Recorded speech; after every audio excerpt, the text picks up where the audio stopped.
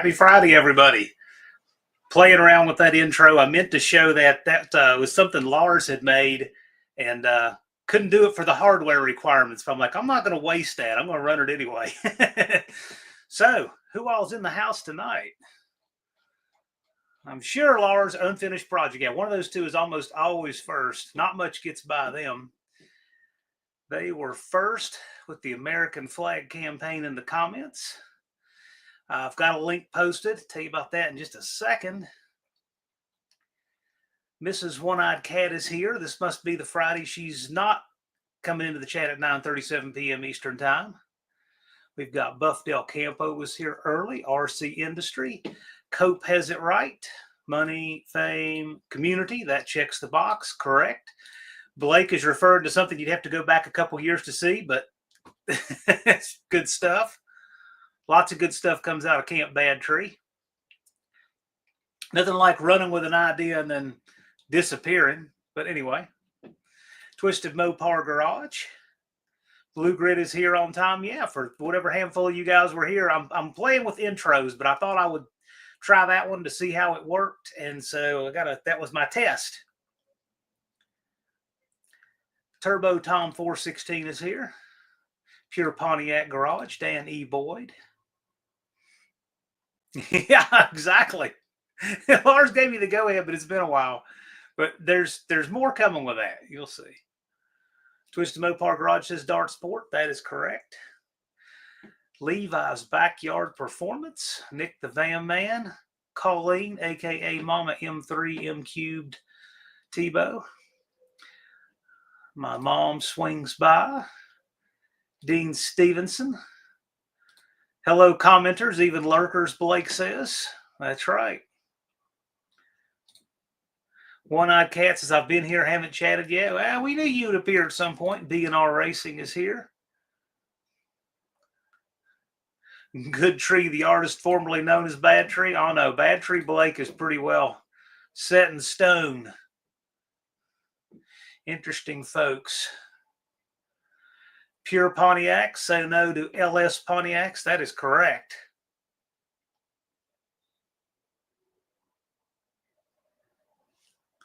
Levi's telling us to let something sink in. I like that. Very cool. Well, another freestyle nonsense crazy Friday Night Live. However, the one thing worth mentioning, there's a link pinned at the top. We sold out of these in about 15 minutes at No Name Nationals, and we only brought 24 for 24. But we're going to do one run for everybody who wants one. So there's a link pinned at the top. It's going to ship straight from Gunslinger Graphics. And price is the same except shipping's tacked on. But that shirt is it is available to you at Gunslinger Graphics. The link is pinned at the top. Taking orders through midnight a week from now. And then when they're gone, they're gone. Because we're moving on. We got some cool stuff in store for 2025. I know it's tinfoil stuff. I'm hoping that the tinfoil season is just about over. Dust Devil Brian, what's happening? LS3 Colonnade. Speaking of LS3, that Grand Pito Vic fella, I think he's doing an LS and a LS3 to be exact at a Crown Victoria. Andy from Unity Motorsports Garage is here. Diecast Dreams Customs is here. Colleen just finished watching a video about Dylan's junk. Okay, I'll take the cliff notes on that. RC Industries got his shirt yesterday. So, yeah, there's a few of them that were able to get shipped out early, but the bulk of the shirts taking orders through the 15th of November at midnight, and they will all ship out by the 27th.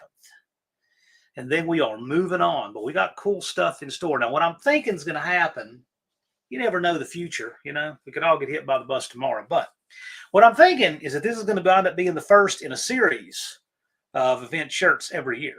That's what should happen. 6th Street Garage is here. Thanks for showing up.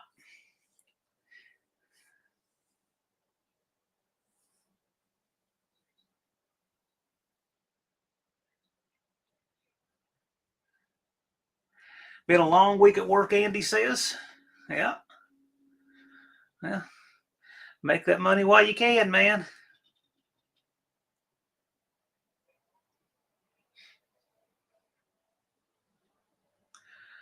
Early A body parts. Yeah, good luck indeed.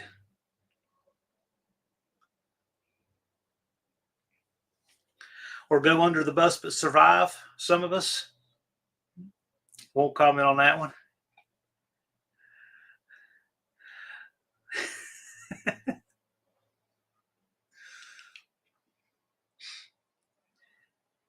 Yeah, we're having some fun times. Been in contact with the Skelton family this week, and a number should appear on that orange paper sooner than later. We're going to try to get you the number earlier this year.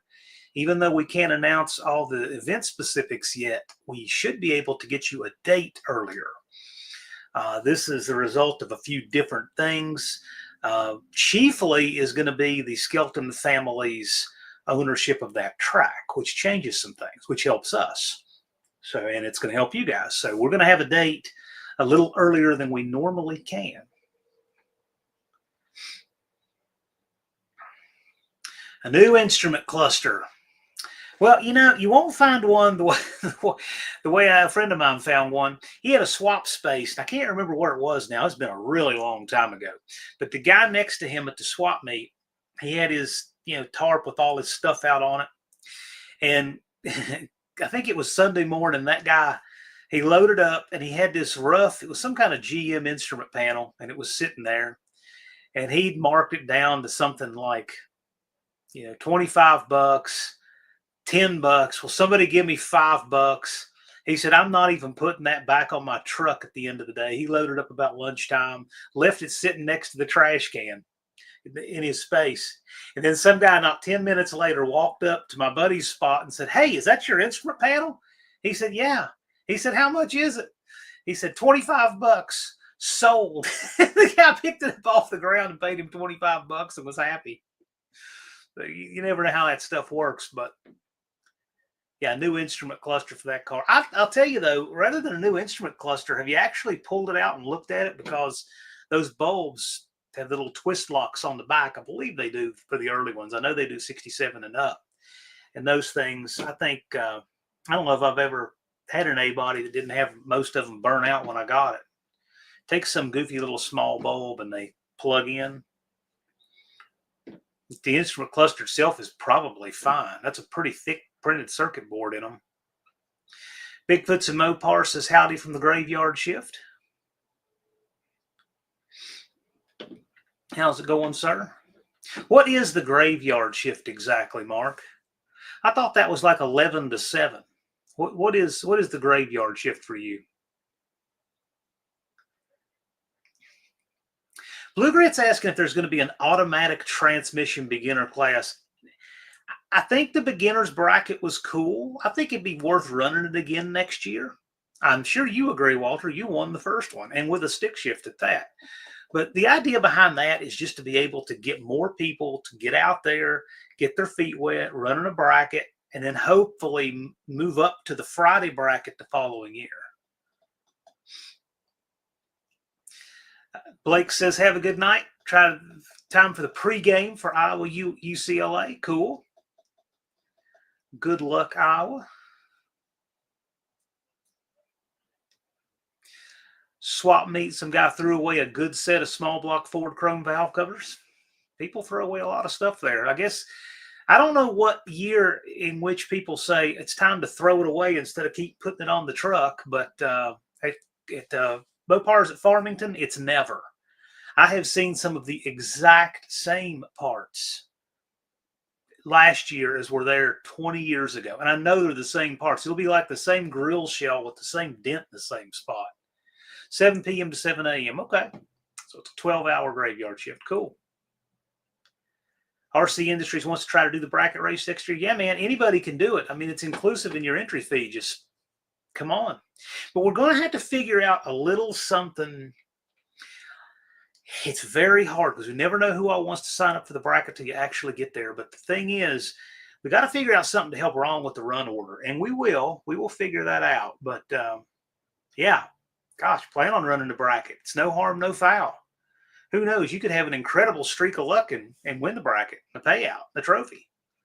But the main reason to do it, just do it because it's fun. You never know when you'll go around or something.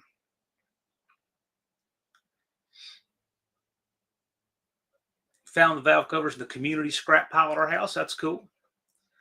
Blue Grid had fun. One Anna driving in 2025. Yeah.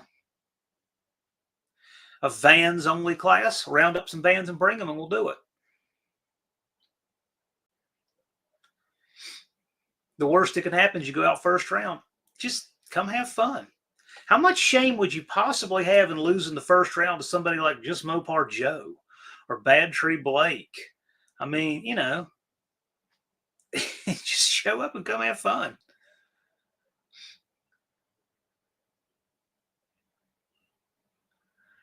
Evans Mopar Scott is here, says hello. How's it going, sir?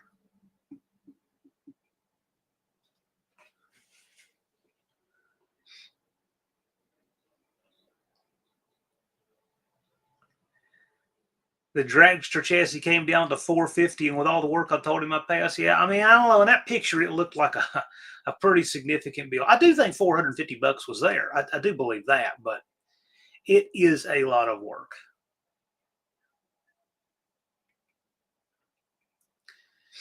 What's the commercial? I couldn't tell you, buddy. I have no idea. I don't see them. I'm on StreamYard. They don't run commercials for me on my channel. I get them on everyone else's, though.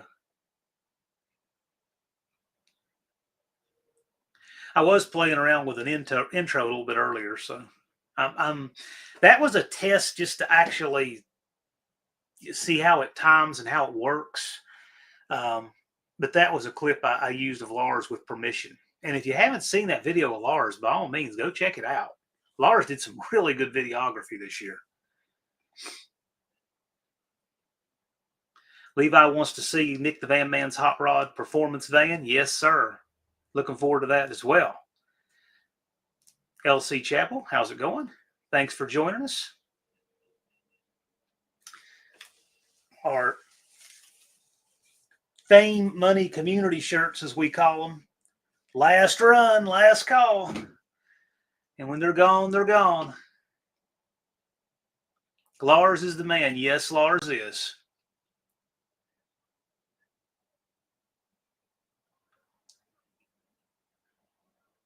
Mohawk 62 says, hello, everyone. Hello, sir. Thanks for joining us. Mohawk, what do you have up your sleeve for this year, for this spring? What's the scamp going to do to startle and amaze people? Are you going to grow the Mohawk back, like up to here? It's a built-in part of your gimmick. Yeah, I think Nick's 351 is not going to disappoint. He's built that thing with a lot of care. I've seen a lot of pictures of it. It's coming together nicely.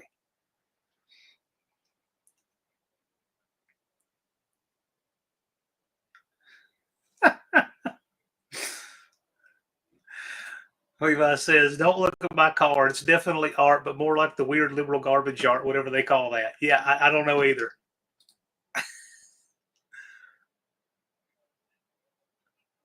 Nah, he's got to own the Mohawk. Justin Hill says hi, all the way from Idahoville. JB says, if you want me to buy stuff, you better be donating stuff. I'm actually going to give a shirt away. I'll give a shirt away at the top of the hour. And if there's anybody new in here, and most of you guys are regulars, especially in the off season, we have more new people come in the spring. But if there's any new people in here who do not have, name national stickers, just let me know, and I'll drop you a couple in the mail. Yes, sir. I do remember the Pink Floyd paint scheme on the vans with the little prism. Some people would tie it into the little porthole window on the back.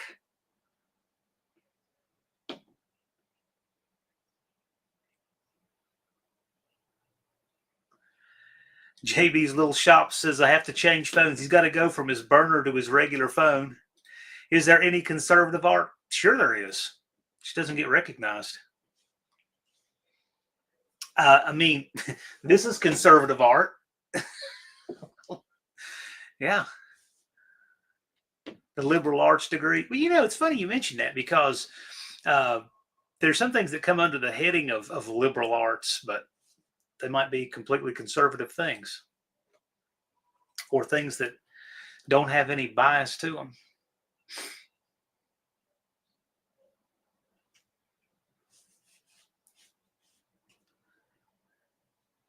Yeah, Vic says he considers himself pretty conservative and draw comic book art and make YouTube videos. Yeah, right. Hope to find some better gears for the Scamp this year. It's an 8 3/4, right? I mean, you you can get anything you want, man. You can get anything from a 245 up to a.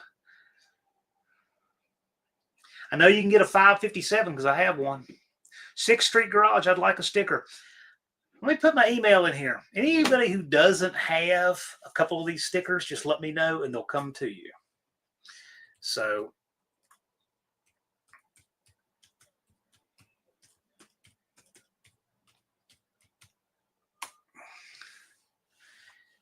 Sixth Street, if you would, drop me a note. Coming to you. Isn't a liberal arts degree where the college gets all the money and you get unemployable? Yes, that's correct. Actually, you skipped a step. It's where the college gets all the money, you get student loans, and you're still unemployable. You missed one.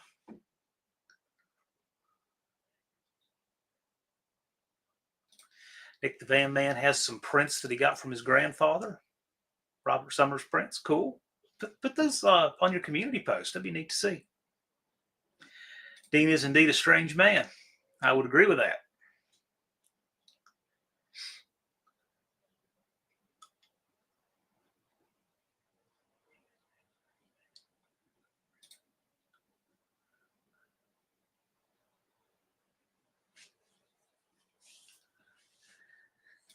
Get a militantly white collar parrot off your back.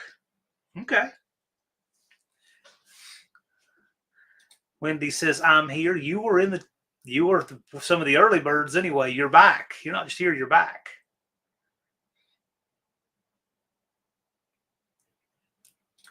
BNR says, I was in downtown Chicago yesterday near Halstead Avenue in one of the work tow trucks.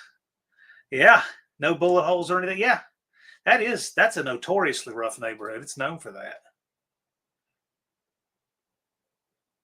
Last time I was in Chicago, Cope and I were drifting around looking at Christmas lights at a dually, sticking feet in Lake Michigan and having more fun than we should have been allowed to.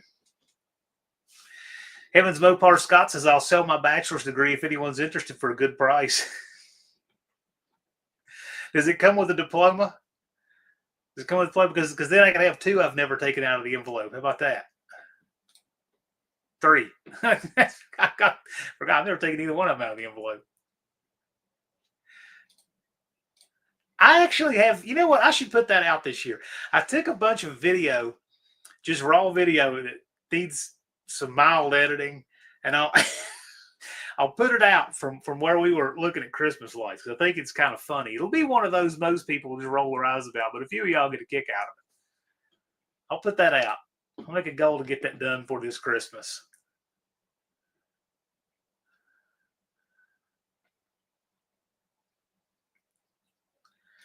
JB's got his blower adventure. Just saw where another channel's about to go on a blower adventure. We might have the Tunnel Ram Mafia, and who knows what the blower crew will be called. Is there a limit how many people can be involved in a call out? I will not make the joke that sprang to mind when you said that, but the answer is no. But you got to keep track of it.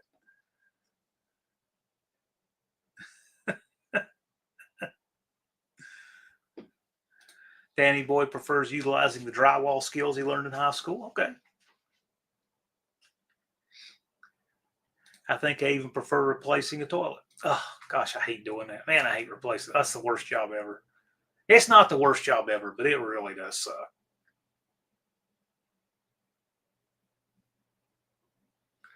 I don't know, man. I like a tunnel ram, but the blower life is nice. There's Clayton's Toolbox. And by the way, you know, I've seen Clayton's Toolbox in here forever, and I see him on the Wednesday night lives with Dallas Professor P, but I hadn't looked much at his channel. He has some really cool stuff. He's up in Canadaville, and you check out his channel. If you're not subscribed to Clayton's Toolbox, check it out. I really like that Pinto of his. So go take a look at that. Hopefully he'll come down to the No Name Nationals. It's 1,700 miles for him, but I got to tell you, I've never had anybody come from 1,700 or 2,000 miles and say, oh, man, I regret the drive. Never once. Everybody has a great time. Tall Garage says, what are we up to? You see it, general nonsense. But since you're in here, Tall, if you hadn't seen this, it's on my community tab and Tony's Hot Rod Garage doing one more run of these. Going to take in orders through the 15th, and when they're gone, they're gone. The link is pinned at the top. If you're interested, because I know a lot of people told me they didn't get a chance to get theirs. We sold out in 15 minutes in Sykeston. Installing a new construction toilet isn't bad unless the sewer pipe is already connected, which it probably always is.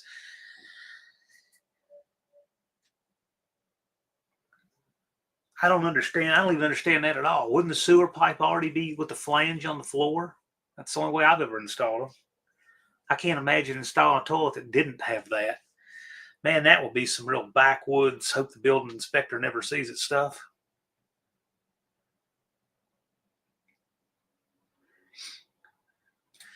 Sean O'Brien has figured out his launching issue. Too large of a carb. Shouldn't be too large of a carb.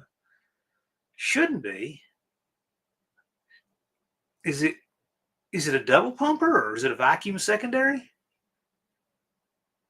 Have you brought the squirters and everything in to get enough fuel?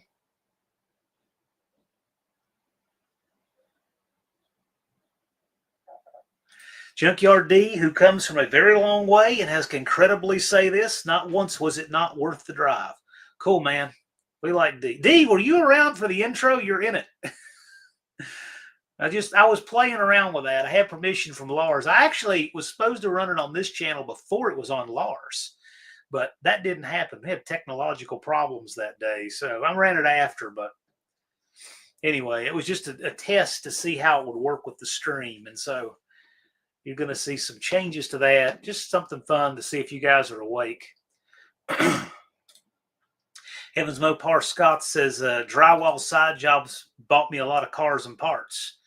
I'll be doing a small job in the hallway. That's cool. I remember the first drywall job I ever did was pursuant to getting a deposit back on a rental house, and a huge hole in the wall in the hallway, and it involved a Cheerios box and some Bondo and some white paint, but it worked. Oh my gosh, it is so much work in sanding when you don't know what you're doing. That's all I can say. Danny Boy's been doing 12-foot ceilings with a 6-foot ladder and an 8-foot little giant. Yuck. Oh, that sounds absolutely terrible.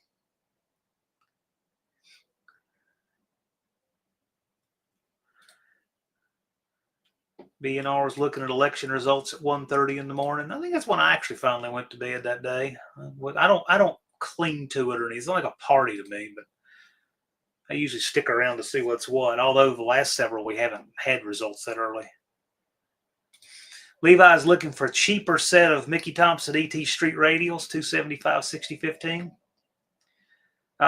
You can find them cheaper all day because it's a common size. What kind of condition are in this question? Newspapers in the wall. I don't know what all I had in that wall, but I know that the outer reinforcement was a Cheerios box. I distinctly remember that. And like whatever it was, 19-year-old me didn't know to get all the cereal residue out of it. So cringe to think what happened behind that wall in the years since. But the house is still there, so it can't be anything too bad.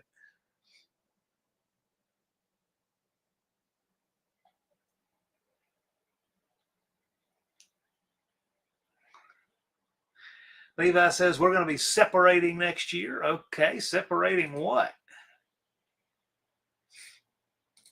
T says loving the intro. Got here late but went to check it out.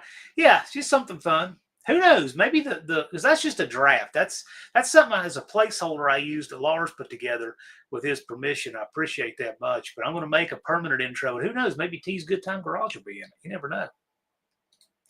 My Aunt Nancy's here. Says good evening. Slipping in late. Preferably lower than 20 passes. Well, gosh, Levi. Just, you're setting the bar higher than the Sears Tower making a wish list like that.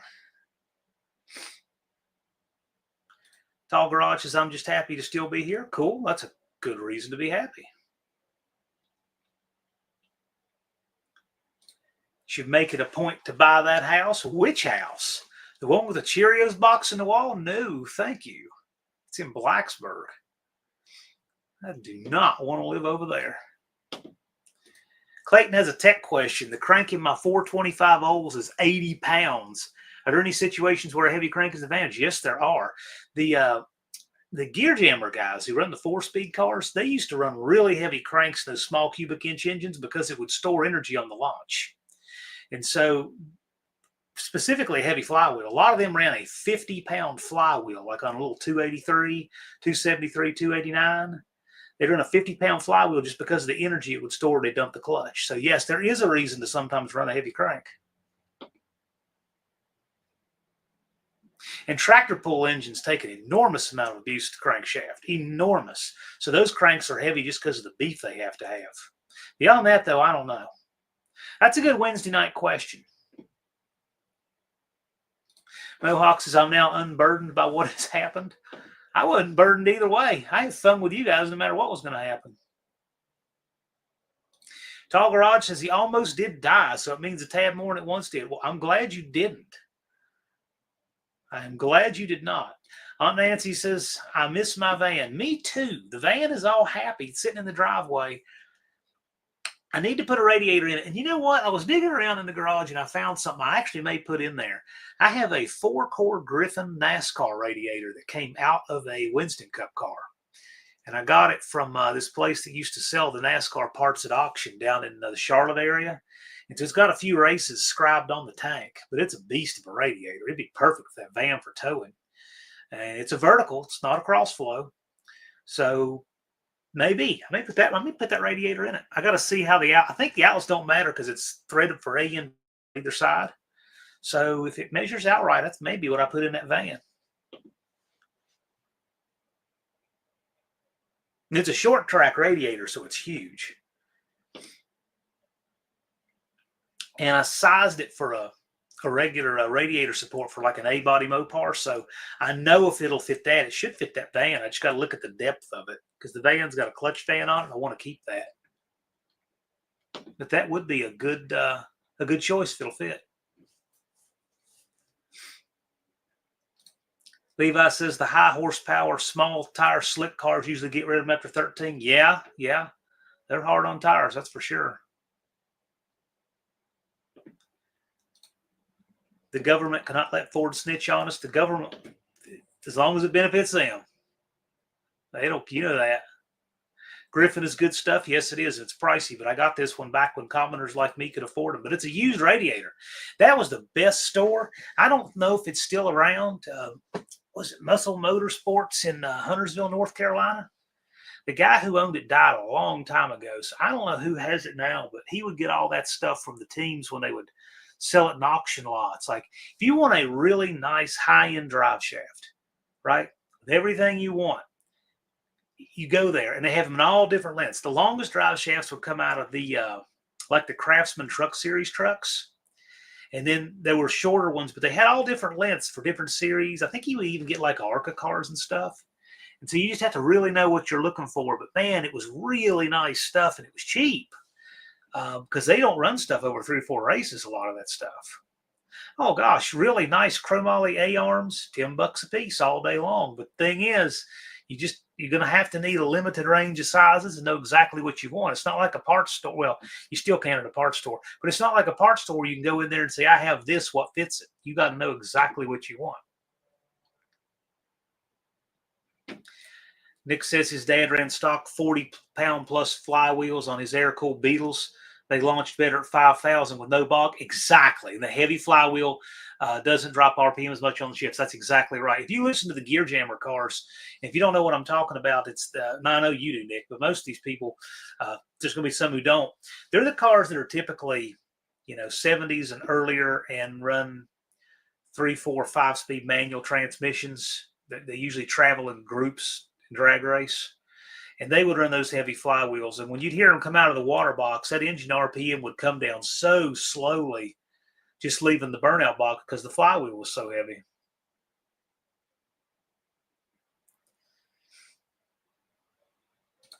Yeah, going to be a funny candy van with a NASCAR radio. Exactly. You pop the hood on that, they're like, oh my gosh, why is there $1,000 radiator in this van? But you know what? It makes sense. It's not what I got it for. I've had it a long time, that radiator.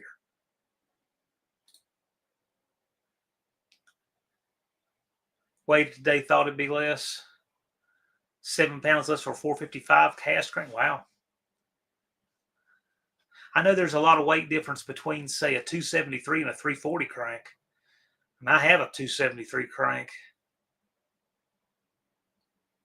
Blue Grid says we've pretty diverse our presidents. We've had white, black, and orange. Indeed.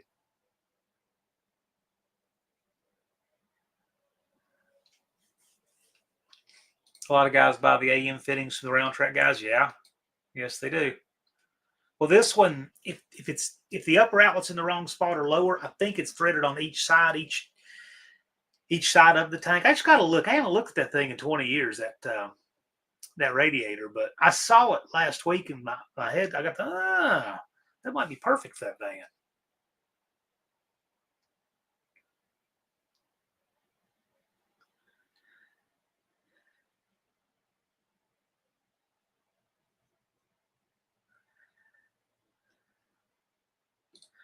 Scott says I scored a big toolbox that looks like a sleeper for the ramp truck today. Have all the parts, project for down the road, but I want to work on it now. Well, Scott, whatever you're into, we look forward to it. Sean O'Brien's turned down a stock flywheel 8 pounds lighter at 16 pounds. Yeah. I mean, there's a trade-off, though. I mean, yeah, light is nice, but you also want it to have heat sink for the clutch.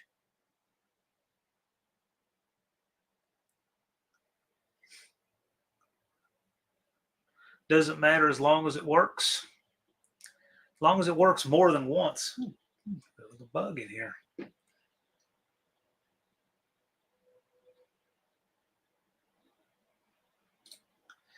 Cast cranks are always lighter than forged steel or billet steel. Same crankshaft. Per material, yes. So it's exactly the same, yes. It's a little bit different model, then all bets are off on that.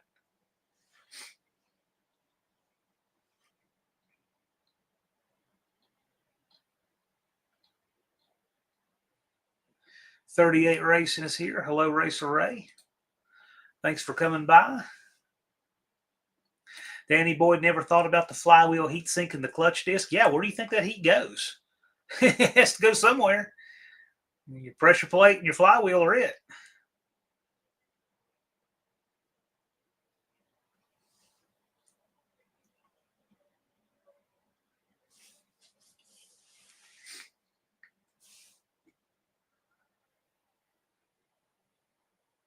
Rob's Rods and Streetcars is here. Rob, how many days is it until Halloween of 2025?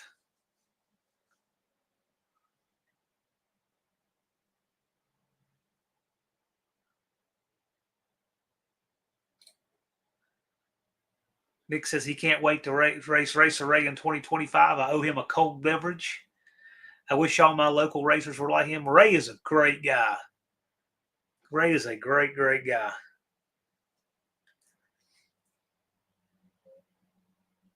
$357. So it's 357 days until Halloween of 2025. Rob has his own orange paper over there. And for those of you who haven't swung by, Rob is usually live during the week, and he has his Halloween, how many days till Halloween paper up.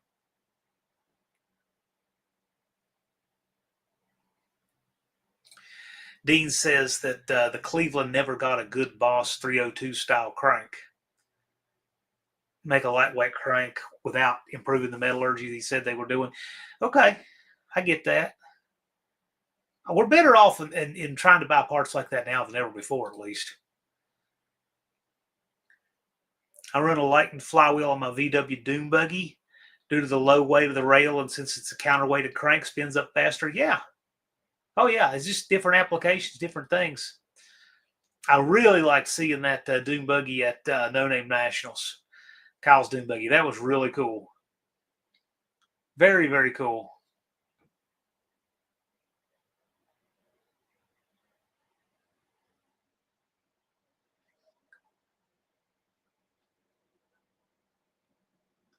It was a good joke that has stuck. Well, Rob, you know what happens? Years later, you'll still be doing it. Ask me how I know.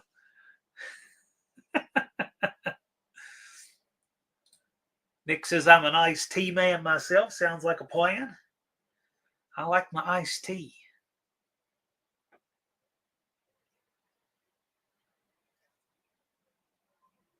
I wonder, I won't go up to Cope's here for too long. And when I do, I wonder if they have sweet tea up there because I don't like sweet tea per se, but I like it cut maybe half and half. I don't like it real sweet, but I know, around here we have really, really sweet tea. I think Denver does not have sweet tea. Speaking of Denver, I forgot about this. Show y'all this.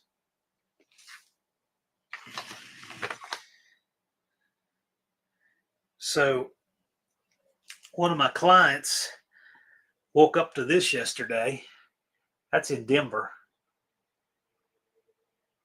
And yes, that's my cracked phone screen. That's not pavement. I got a terrible screen protector. It started splintering the week I got it. It started cracking like that. So now the whole right edge is missing. I got to replace that. But yeah, it's already snowing there.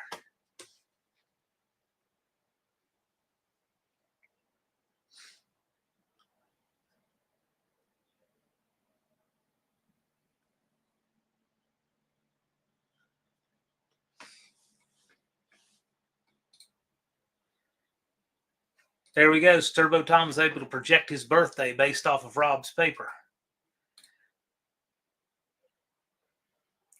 B&R says the high dollar cranks like the Callies, the Crowler, Sunny Brine, etc., designed with a lighter pendulum weights. Expect to use the 2,000 to 5,000 set of pistons. Yeah, and a 2,000 to 10,000 light connecting rods. Yeah, but here's the thing. All these cheap Chinese cast cranks on the market have killed all of these higher end cranks. And that's a shame.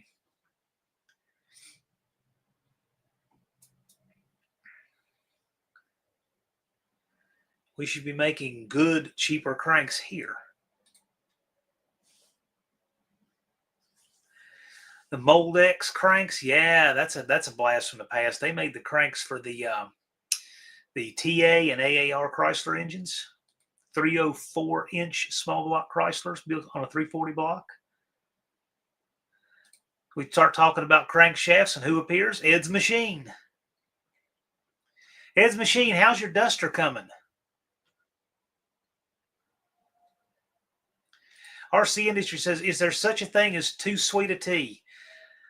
I will admit, as a Southerner, my answer should be no. However, I don't like tea all that sweet. I usually about 2/3 unsweet and about 1/3 sweet. And that is usually only because most people can't brew tea. They burn it. And it gets that little bit of bitterness in it. When they do, a little bit of sweet kills that and makes it palatable.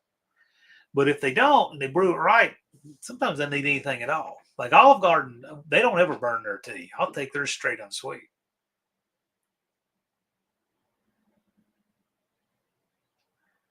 Yeah. To me, 1/3 sweet and unsweet to me is I can't imagine wanting any sweeter than that. But I got friends that'll drink that stuff. I mean, like straight molasses. It's ridiculous. My friend Billy will. Golly, he drinks that stuff by the gallon straight like that. I'm like, man, how many calories are you getting just from the sugar in your tea alone? Danny Boyd says it's still 65 degrees and sunny most days here. Yeah, here too, but that's changing quickly. I really should have gotten some tires changed today, and I did not. But that must be done soon. I'd show you the left rear tire on the CRV, but I shouldn't. As a person who wants everybody to pass tech properly, I should not show that tire. We don't have snow here yet. Yeah, but when you do, you're getting it by the foot. So Sean's got one more drive and cruise before I pack my car up for the winter. Yeah, you don't have a lot of winter here. We haven't had snow for 2 years here. The duster is not coming. Okay. So what's going on with it? Is it just hanging back for a minute, waiting on some stuff? Just finished his whole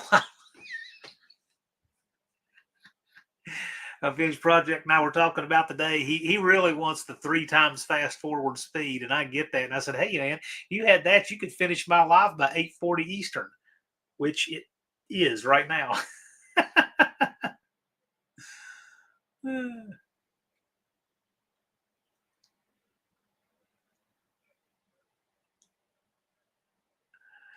I make some good tea. I don't think I've ever had Wendy's tea. I don't think so.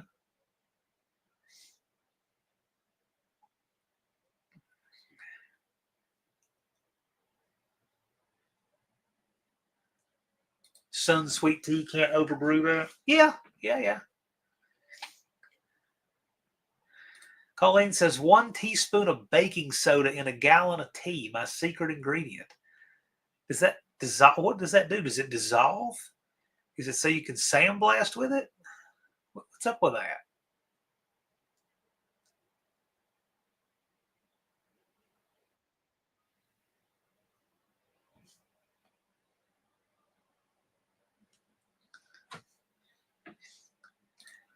Levi looks at some of these enclosed trailers and is confused who's buying them. I mean, there's millions made, and I don't see many on the road. How do these companies stay in business? You see what those things cost?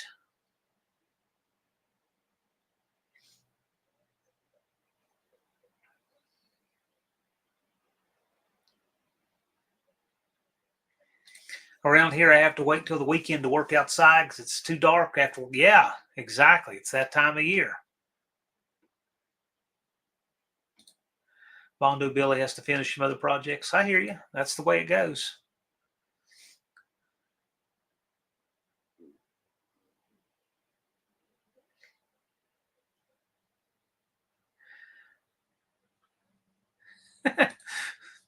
Dean says, hope Laura's been behaving. If you're not at least as good as John Wilburn, you shouldn't even be in here. I don't know about that. This is a wonderful community. Moldex crankshaft is around not low cost, 3,000 wait 2 years. Yeah, they're not cheap. Neutralizes any acids? I don't know. pH level, I guess.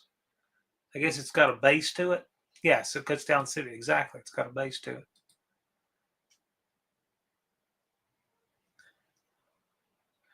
Levi says a 24-foot like mine is 20,000. The price of trailers has just more than doubled in the last 4 years. It's ridiculous what a trailer costs. I'm hoping that's going to change in the next couple of years because our material prices will hopefully get back in line where they should be.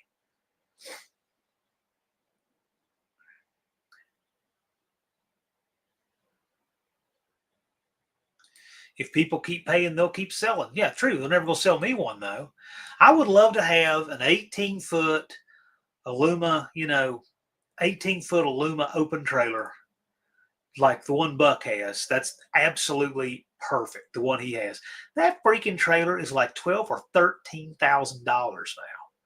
That was a $6,000 trailer 5 years ago. It's insane.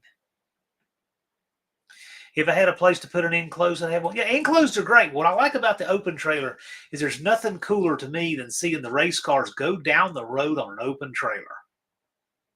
Buck has the trailer. Yes, Buck does.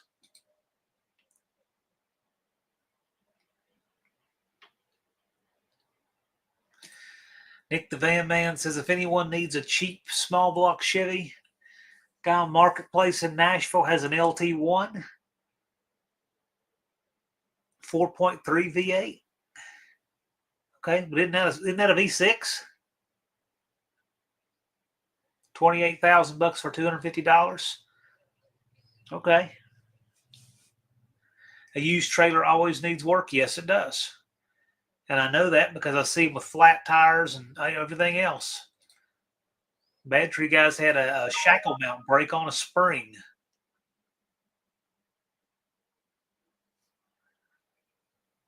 Be cool in a Vega. Anything's cool in a Vega. Vegas are cool.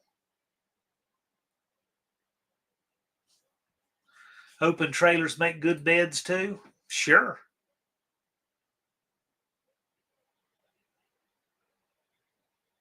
Or seeing the car displayed on a cool ramp truck. Yeah, I just think it's neat to have them out like that. When everything started coming in enclosed boxes, it took that away.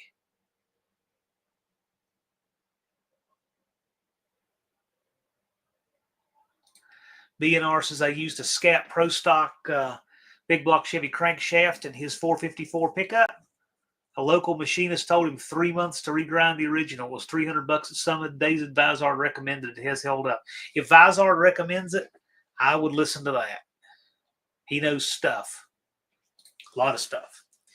Turbo Tom says our shop labor rate is going up to $159 an hour January 1st. Ouch.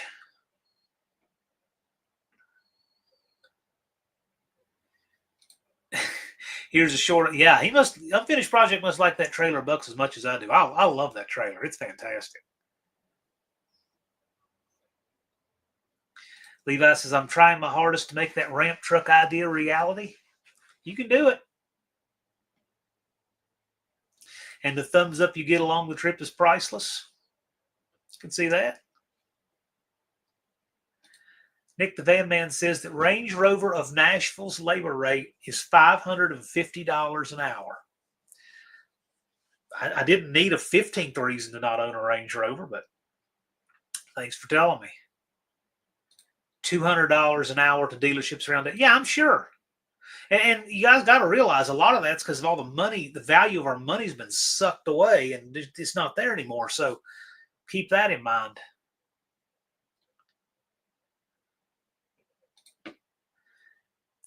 Secret torsion axles with special Elon Musk grade metal. Okay. You can just drive your car, no trailer needed. Yeah. I don't know. If you drive something that likes to break stuff, I like the peace of mind of a trailer.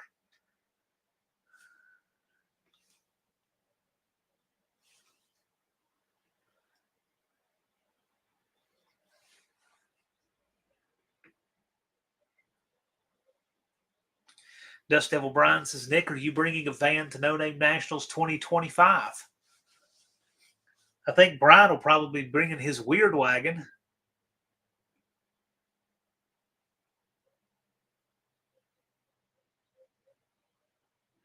A Tommy Ivo truck would be sweet. Yeah. Well, I mean, that sounds like something 2X Jeff would have, actually, but why not?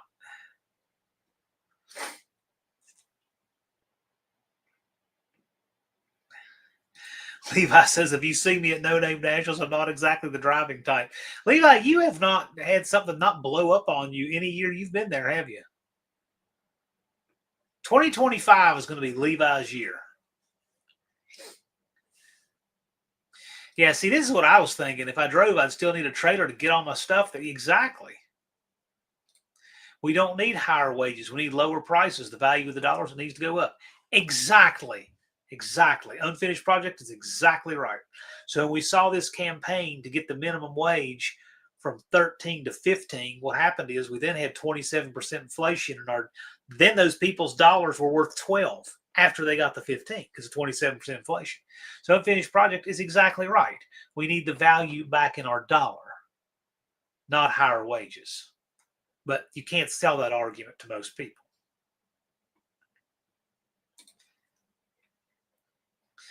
Unfinished Project puts up the links to one of Jeff's shorts there. Yeah, Levi said I was able to just compete day one, but not day two the second year. Yeah, Levi's had quite a string of it at the No Name Nationals every year. Hopefully, 2025 will be the year of Levi. Levi works the ragged go-getter edge. I think that's what that looks like. Should I throw a spare LS and TH 400 for No Name Nationals 2025? Yeah. So the guy who drives a pair of 59 Chevys from Nebraska is going to bring an extra engine and transmission in the trunk for Levi. I love that, actually. Yes, Dust Devil Brian, will do. I'll try to remember to send you confirmation of that right after the live.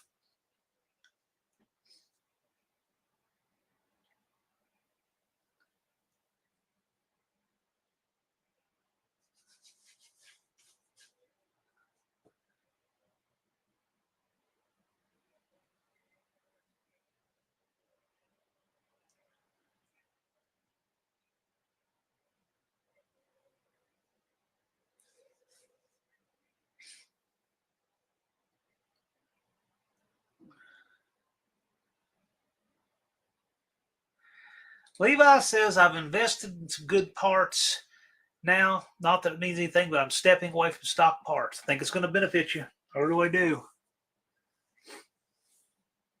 You're at the place where you just can't get away with as much as you used to.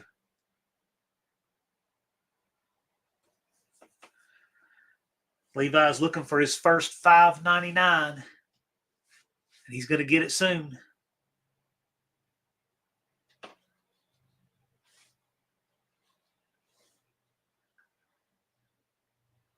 Rapid Transit Jay is in here. What's going on, Jay?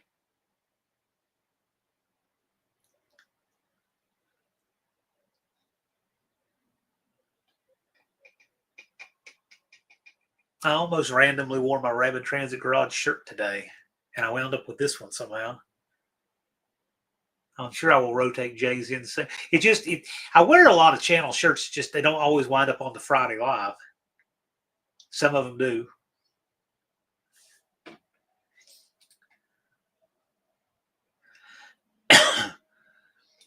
Dean says powdered metal rods like to revert back to their natural state. Yeah, they do.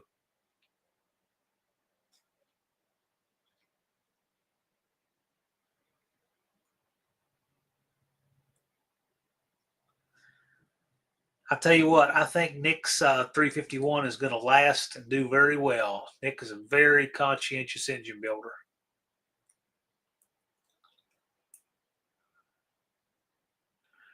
So he says if that 351 goes away, he's going to go to an FE. I like it. I like the 390 Ford. I always have, actually, even though it's got a wild problem with oiling.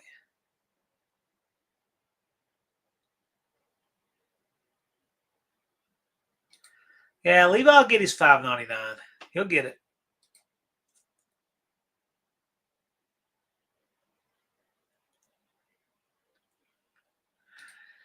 Dean said, Rapid Transit Garage, thanks for your friend request. If I become your friend, that will make you weird. I can see that. Finished projects where it is tonight, giving the hanger a break for a couple hours. So there are 3 of these shirts in existence. Mine, Just Mopar Joe's, and Unfinished Projects. So if you see one of these shirts and it's not me or Joe wearing it, probably have seen the unicorn. If you see this shirt with a red hat, capture him safely. We want to meet him. Levi's asking if the FE will fit in the van. They put 460s in those. I don't know why not. FE Fords are cool. They just did that weird thing with the mains. Exactly. There's Joe. Joe just appears just like that. You heard what I said, Joe. There's only 3 of these shirts, and if it's not Joe or I wearing it, then you've probably spotted the unfinished project. You'll get a body double to wear it around now. We got him paranoid. Favorite Ford FE for Nick is the 406 with 3 2-barrels. And, of course, the 427 side oiler is a legend. Okay.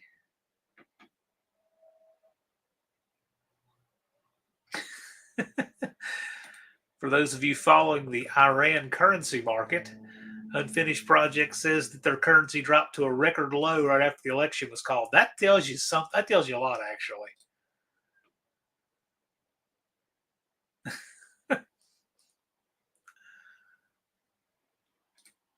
Nick said they put 7.3. Yeah, ideas exactly.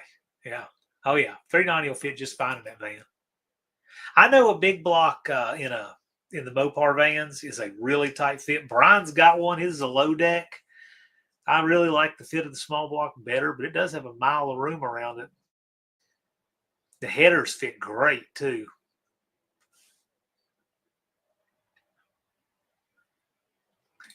Levi says, I just realized when regulars come in the chat, they're greeted by their name. Is this cheers? It kind of is.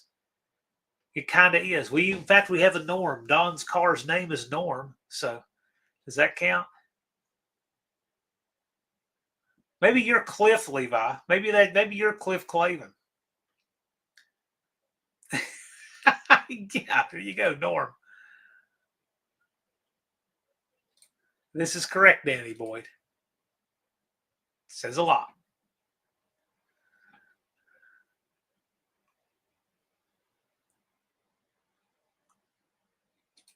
Nick says some special order Econolines had the 360s. Yes, the weird Ford 360, right?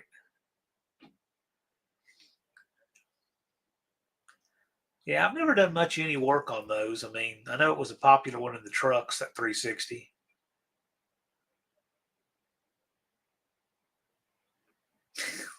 Where everybody knows you're lame. I can hear that.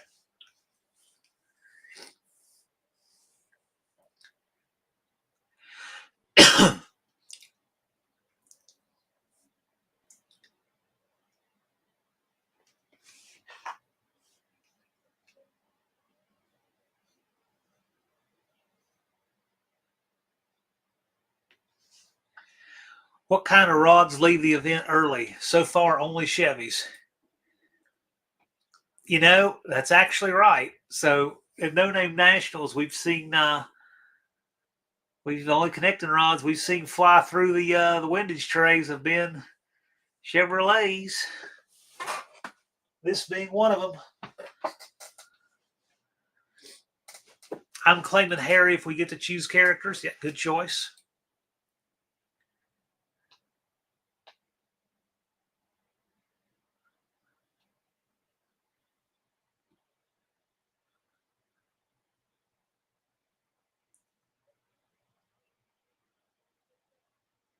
That's actually, you know what, that character is absolutely unfinished project right there. The more I think about it, that's you. That's you right there. Our viewer demographic here is definitely such that they would remember Cheers. My viewer demographic is 45 to 65-year-old white males with maybe a half a dozen chicks thrown in and people who don't have a life on a Friday night. that's the viewer demographic here, I think. And Danny Boyd liked Cheers.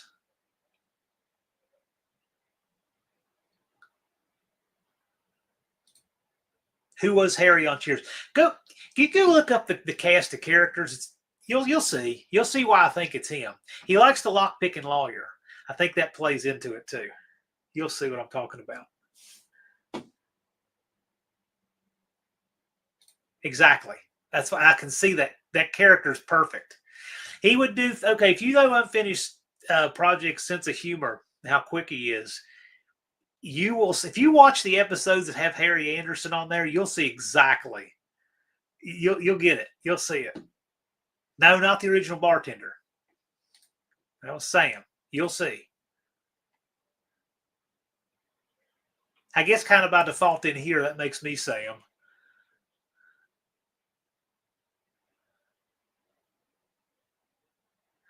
There's Max Wedge Dick Dastardly. How's it going, sir?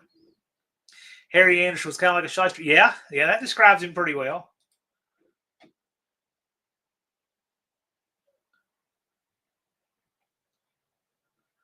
Yeah, lock picking lawyer's cool.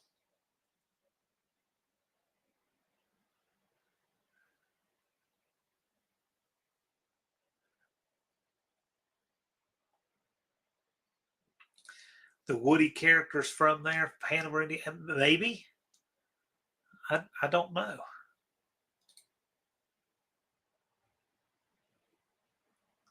Remember Sam making him leave the bar? Yeah.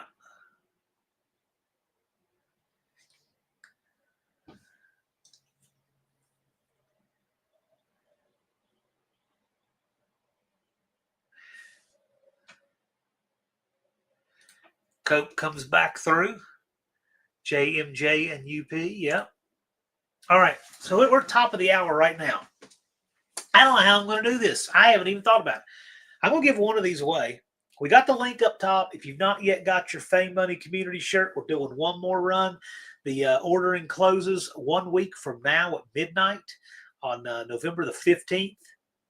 And I'm going to give one of these away. I don't know how I'm going to do it, though. Who should we give it to? Who should we give this shirt to? I'll give this shirt because this one's, we'll get you whatever size you want. But I want to give one away. And I don't even know how I'm going to do it yet. I'm usually the one that has the idea to how to give it away. I'll tell you what I'm going to do. I'll tell you how I'll give it away. Unfinished Project, you're in here. I want Unfinished Project to come up with a trivia question for us. And then you come up with a trivia question, text me the answer, and then I will let you call it in the chat. How about that? There's the link for Cope Racing Transmissions, complete with the spider web. Dean needs a shirt. Yeah. I wouldn't mind having a shirt on another part of the world. Ninja questions are never easy. Hey, man, it's a cool shirt you're winning.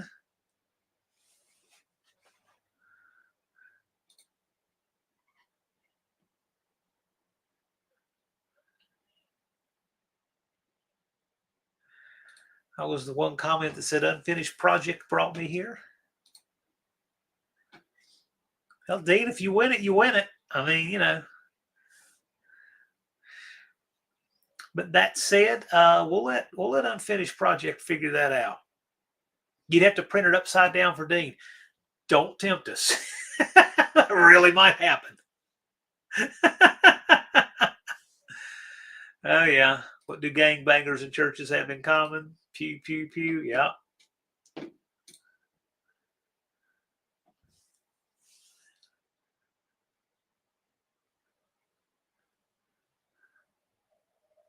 Yeah, that's not a bad idea. If Dean winds up winning a shirt or something, we should print it upside down. Dean's always here with us. Yeah, he is. Dean, what time is it right now where you are?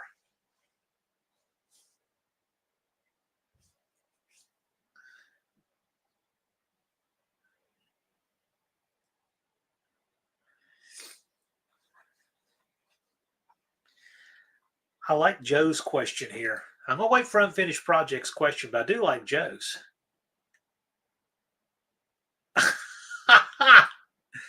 This is not bad. This is not bad.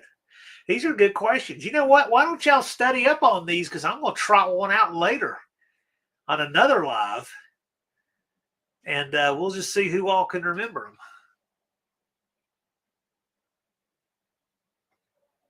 Okay. I've got the question here from Unfinished Project. And here's how we'll do it. This is his question. And there's one person who's going to be ineligible. But I'm going to let him post it in the chat to make sure everybody's still watching and engaging. Unfinished Project. Post your question in the chat, and the first person to get it's going to win the Fame Money Community shirt. Straight from Gunslinger Graphics.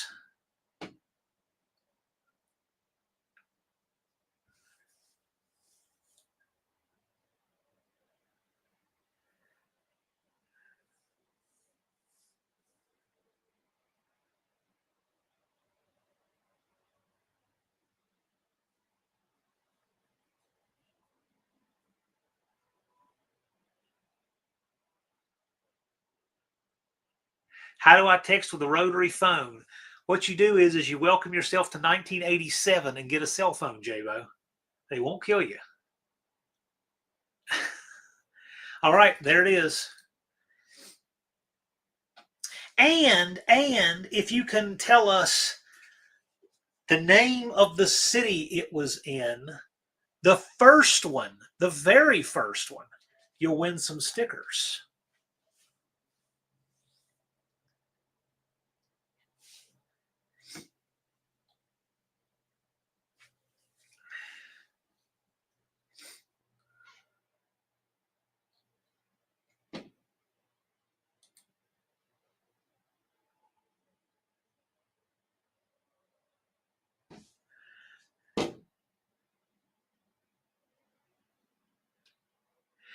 Cope, but the city. I'm gonna let Cope, since Cope's in here. Cope, you call it on the city. What city was it in for some stickers?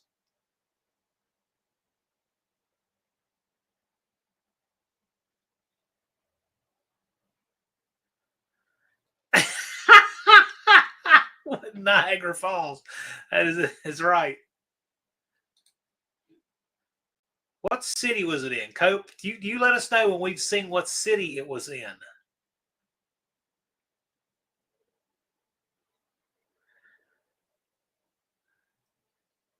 Are you saying not Calumet City? Because I'm pretty sure I know the answer to this.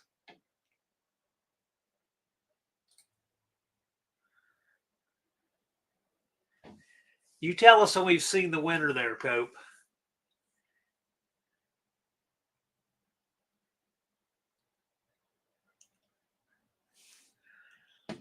Yeah, Lars wins. Well, Lars wins a shirt. Yeah, that's what I thought. I was pretty sure. Yeah, I knew most people would say Calumet City, and I knew somebody would say Lowell, Indiana, but no, Chicago. And there's a video on Cope's channel of that original shop with no indoor plumbing next to a bar right there on the water in Chicago. So, Old McDonald, you're going to win some stickers. I'll put my email in the chat again. Shoot me an email. I'm pretty sure I have yours anyway. But shoot me an email, Old McDonald. I'm going to send you some stickers. Lars, you win the shirt.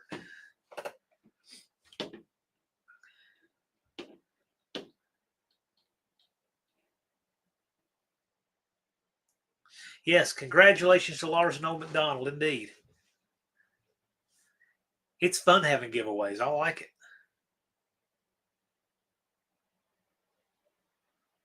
Yeah, I'm sure I do, Old McDonald. I'm pretty sure I do.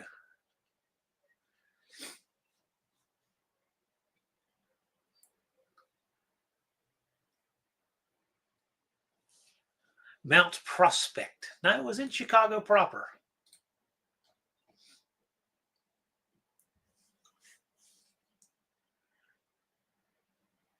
Well, thank you, Unfinished Project. That was a fun trivia question. I like that. And Cope is giving away a Cope Racing Transmission shirt if you can tell me the old man's name.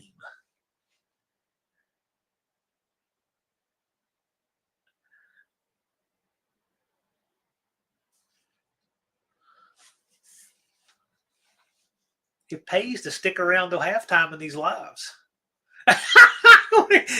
let it begin.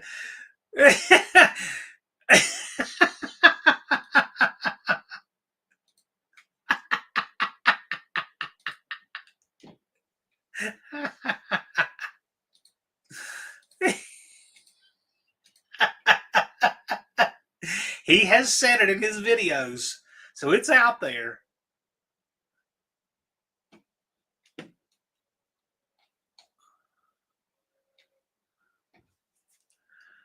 Oh my.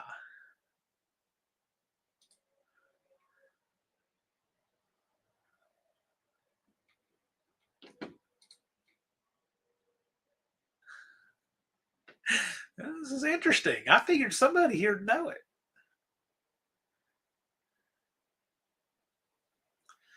Guys, there's a CRT shirt on the line here.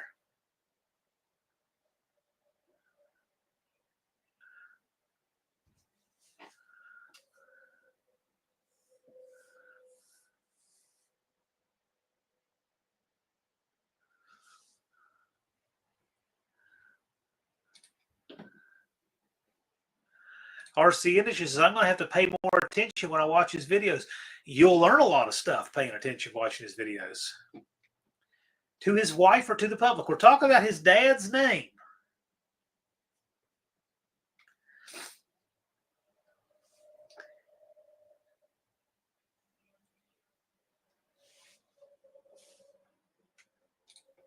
Sixth Street Garage, was he taking a stab at it as a Blues Brothers reference? Yeah. He's from Georgia, never been to Illinois. Joe is guessing. Joe wants that shirt. He's guessing on full auto. Cave Dave, welcome. Glad to see you here. Man, you people are all over the place. Look at this. I bet there's some, you're setting the internet on fire, running over to Cope Racing Transmission, scrolling around videos looking for that. It's there, I promise you. I know it's there.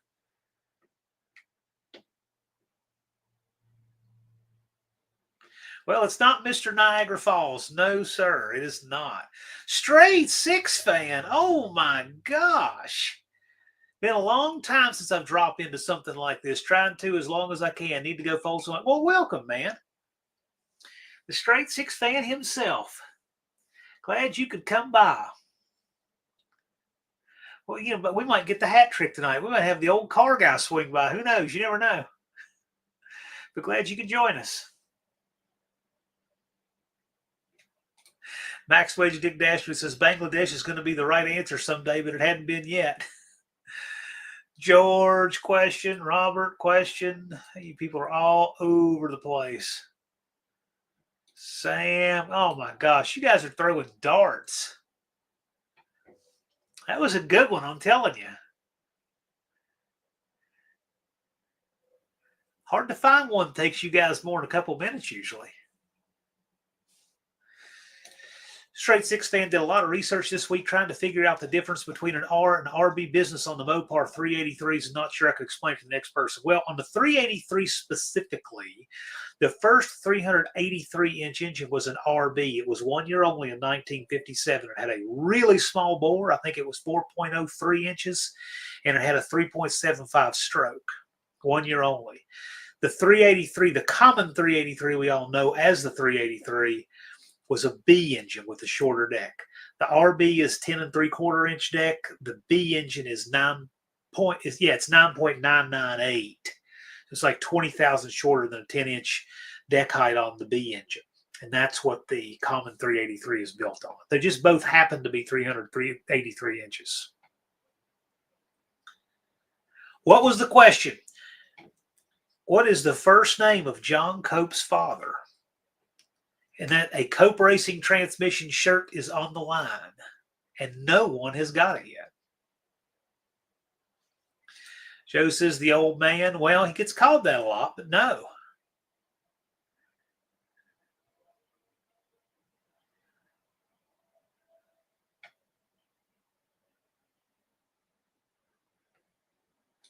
The RB was more like, no. The RB ran to 1978.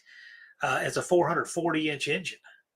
The 413, the 440, those are RBs.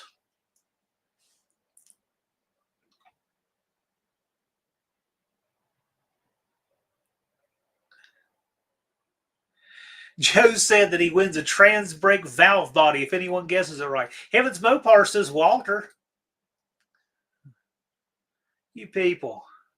Pat, John. You guys and your wrong answers.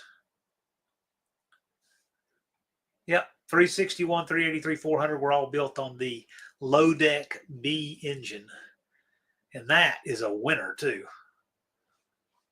That's really the only one they should have made. Daryl, Gilbert, listen to you people.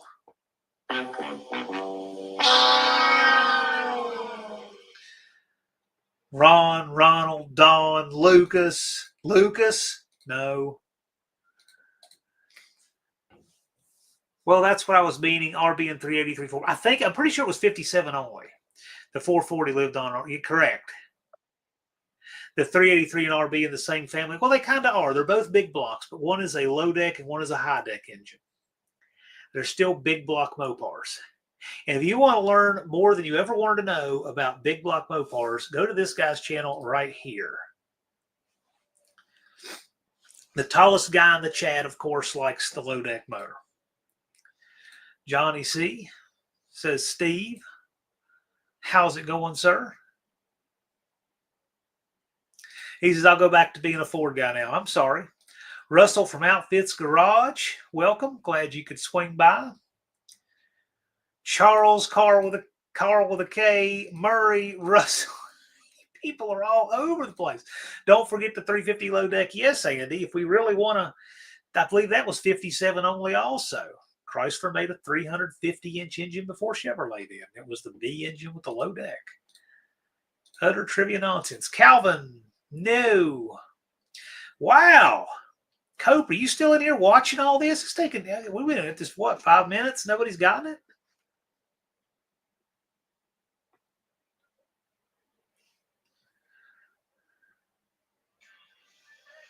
Sue, no.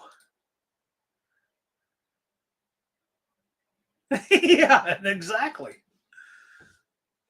I'll tell you what, if Cope's old man was named Sue, he'd have worn that name. He's tough.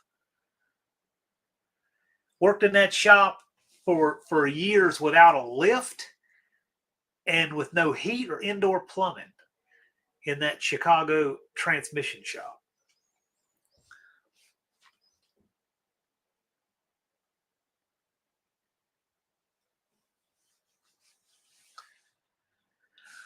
What are the plans for the Zephyr? There we go. Straight Six fan used to have a really cool Fairmont. Joe's got a video tomorrow on how to balance your pre-balanced rotating assembly with amazing scale and a BTP sticker. There you go. Good stuff. Well, we got some powerhouse in the chat tonight. Zachariah Tim. Nickname was the Iceman, indeed. Chuck Liddell. Mr. Haney. This is great. This was a wonderful trivia question because I like all the wrong answers.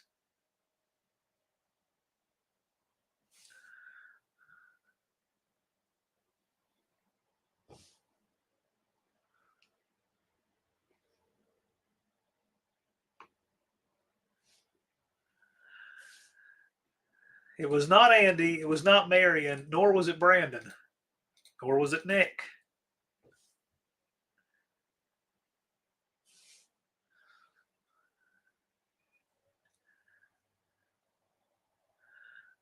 Nor was it Joe, nor was it Eugene. Skip. This is great. His name was what his mother called him. There's the old car guy. Look at that. I knew if we got one of the twins, we'd get the other. What's going on, sir? we got both of them in here now. Thanks for swinging by. Welcome to our regular Friday evening nonsense. This is the off season between when we announce the No Name Nationals and the event. So this fourth quarter of the year is this. You see it, right? But we give stuff away. We gave away a shirt. Cope Racing Transmission is giving away a shirt too. Gave away some stickers. Just what we do. The power of text messaging. Yes, indeed. Sometimes I send text, while I'm live. You just never know. Wow, Buff. 80,000-mile garage kept cars. I knew it looked nice in the pictures, but gosh. Oh, you got to guess a Gary, a guess for James. Make a guess for Grant while we're at it. Joe puts up the link for the old car guy. Yeah.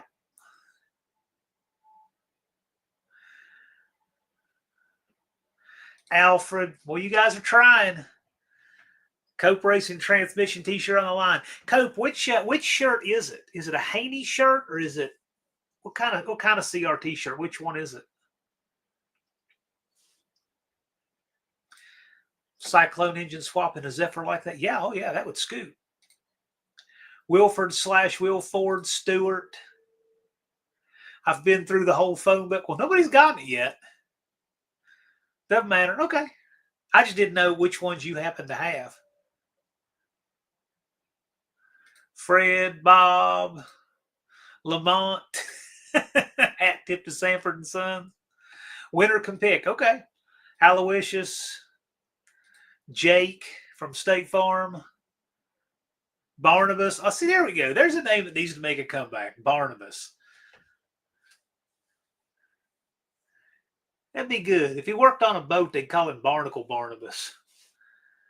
Taking a break from cars. What's up with the Notre Dame National Screw? Well, Chris, we just gave away one of these, the Money Fame Community shirts right here. And we're now, see if you can get this, Chris. What is the first name of John Cope's father? And it's been in his videos. The first person who can get that's going to win a CRT shirt. And we've had every wrong answer imaginable, like Silvio Dante there from The Sopranos, or Gordo, or Vito. Oh, yeah, of course, we're going down the list now.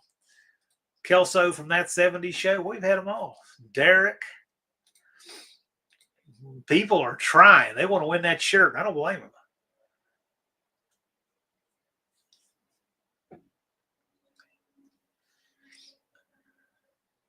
Speaking of inline sixes, haven't seen the Nelsons tonight. Roger. There you go, Cope. There's Dean's guess.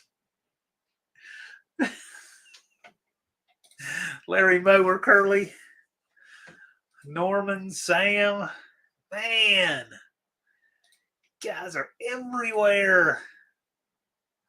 This is good. I like this. Leon, Dick, or Richard. You know, you do realize that the amount of time you guys have been guessing, you probably could have gone over to the Cope Racing Transmissions channel and just scrolled around and probably found it by now.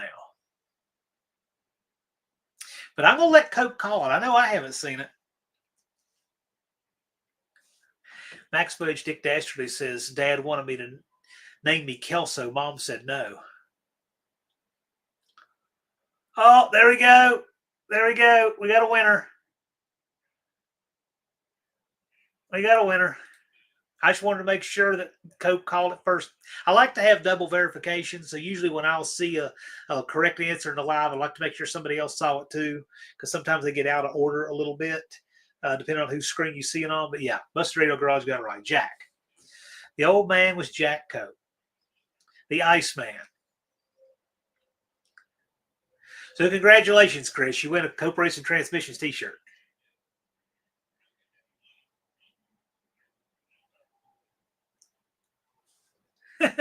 Look at BRG sliding in there. Just, hey, what are we doing? Oh, watch me win. It's like the guy who watches 10 people with scratch-off tickets on the counter for lottery. Then one guy walks in, hey, I'll take one, and then wins and leaves. Yeah, way to go indeed. Good deal. BRG for the win. That's right. Yeah, man. Well earned. These guys have plenty of time to get it right, so.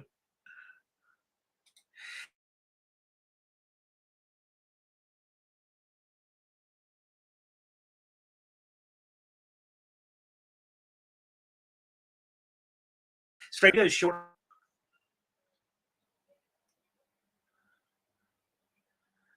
Cope sending t-shirts for the crew. That's nice of him. Cope's a nice guy, but he only usually lets that slide in here, you know. He's always doing giveaway. Yeah, Chris is a giving guy right there.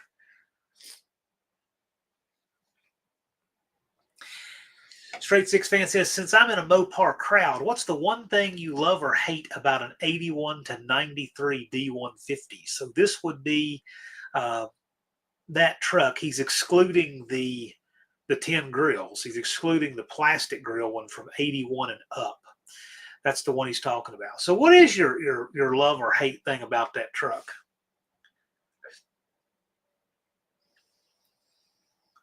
There's a town in Virginia named Fancy Gap. There sure is. It's 106 miles that way. I'm thinking where the exit is. It's off exit 8, and I'm right here on 114.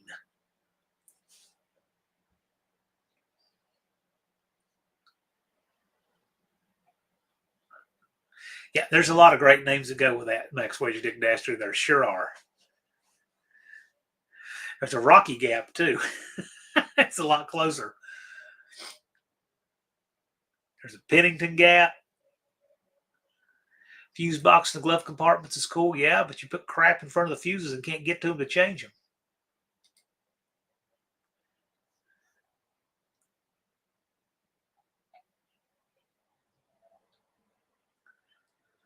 Non 3.7 versions, those engines are such junk. Modern grills on those. Yeah, exactly. He's talking about the ones that are 81 and up with the plastic grill.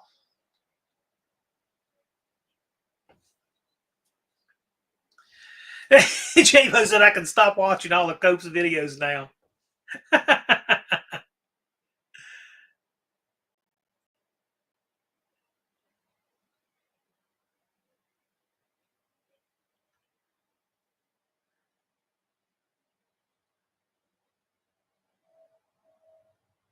Yeah, no, I'm wrong. Fancy Gap's closer than that because it's no. It's much closer than that. It's just past Hillsville. It's yeah, it's only about 50 miles from here. I was thinking of Pennington Gap. Fancy Gap's much closer. Next time I go through there, I'll take a picture for you. How about that? I'll make that the thumbnail on the live just for you, Max Wedge Dick Dastardly. The Iceman, yes, sir. I'd imagine working in a shop in Chicago right there on the water in the winter had to be really cold. No heat. I love to hate the 225 and the 83. Yeah, I'm sure it was underpowered, but those were great engines. No, 78 had the full-time. Yeah, it did. 78 had full-time four-wheel drive. They had, it was interesting. It had a small bolt pattern like for a car, 4.5-inch bolt pattern, and no hubs, and they were full-time four-wheel drive. Cope's live repair videos, great. Yeah, I enjoy them too. I like those. I catch every one I can. I know I see a ton of 4.7 overhead cam Dodges broken down. Oh, yeah. Yeah. Boy, those things get hot and they are done. They make good power, though. The 4.7 actually, if it weren't for how fragile the thing is, they're great engines. They're just fragile. They hold up pretty good. They can't get hot.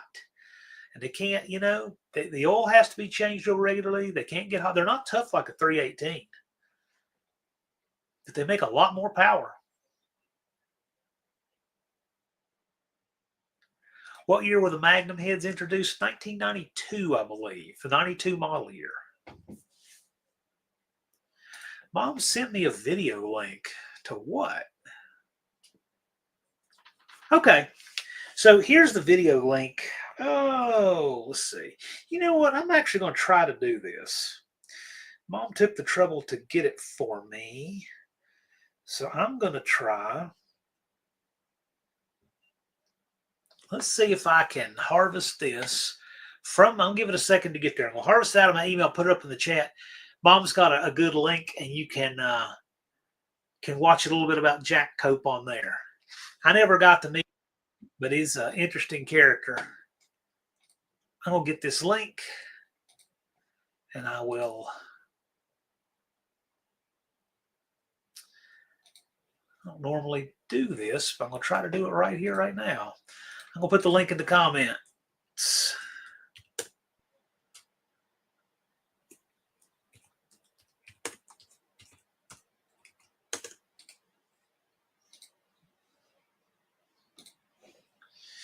That should do it. And that is a link to a little story about Jack Cope towing people out in the blizzard of 78, doing some humanitarian tow work. The 4.7s get rod. I have a 4.7 with a rod knock myself. I get it. They're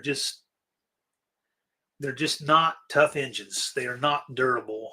They make good power, though. They really do. I mean, for the displacement, they really do. They are good like that. No complaints there. That thing hot one time. You'll never see one running in the demo derby, I can tell you that. I won't have you sending any dodgy stuff to your son. Don't worry, it was Ford stuff. The link was Ford stuff.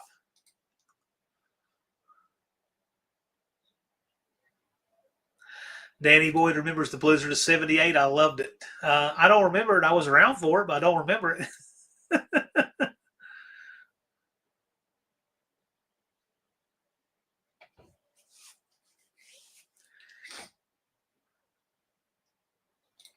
Brazil says, way late tonight in the middle of a dragon drive and stopped in for the night. Well, thanks for swinging by. Glad you're here, Frizzell.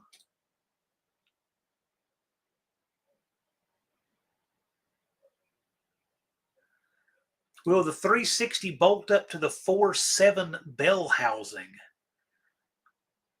The 4.7 bell housing? Is it the same? I think it is, actually. I think so. But that's a good cope question right there. I want to say that 4.7 bell housing bolt pattern is the same as the Hemi, and it's the same as the small block, because that 45 RFE or whatever, 545 RFE, I think is the same. I believe all that's the same. Old Car Guy's out, man. Thanks for swinging by. We appreciate you being here. Will the 4.7 withstand the turbo? Not on my money. I wouldn't try it. You can if you want to. Make sure to film it and share with the group. I mean, that said, I don't know. It just, people don't do something with them for a reason. There's a reason nobody builds 4.7s. But it sounds like it would kick butt. It probably would. I mean, I wouldn't doubt it would make good power, but I mean, there's a reason nobody builds those things. In fact, nobody builds any of the Mopar engines that end with the 7. They don't build the 4.7 or the 3.7 or the 2.7.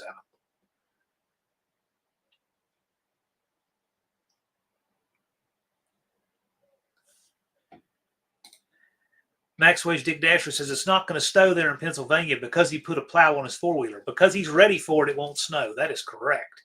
The timing chain breaks off, and the timing chain's got to be 10 feet long on those things. So, yeah, I can see why it would. Yeah, they just aren't good engines.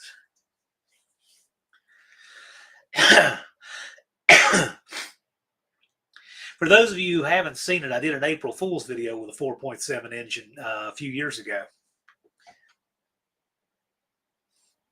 Could be a grenade too. Sure is.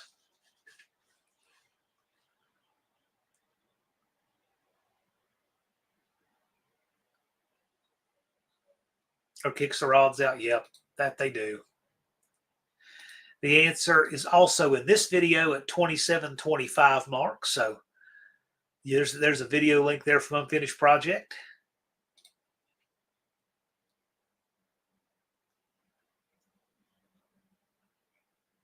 UP, did you know the name? Did you know the answer to that, or did Cope get you? Did he stump you?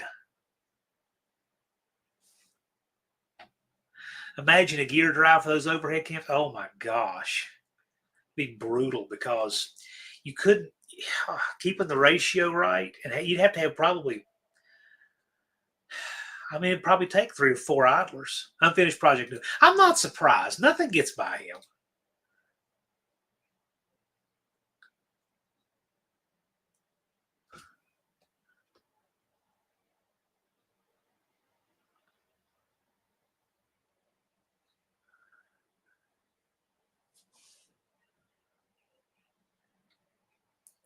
A bunch of gears. Yeah. You know what? If you had an idler gear system on a 4.7, it would look like one of those oil crank displays on like Lucas Oil has, where you turn the crank and the bottom gear carries that paraffin looking web all the way up to the top. That's what it would look like. If the Dougster were here, we'd have had the name sooner. Oh, I'm sure of that. Oh, 100%. Dougster's going to hate that question was asked, and there was all this time that nobody got it. You'll watch the live back going, oh, I had time. I knew it.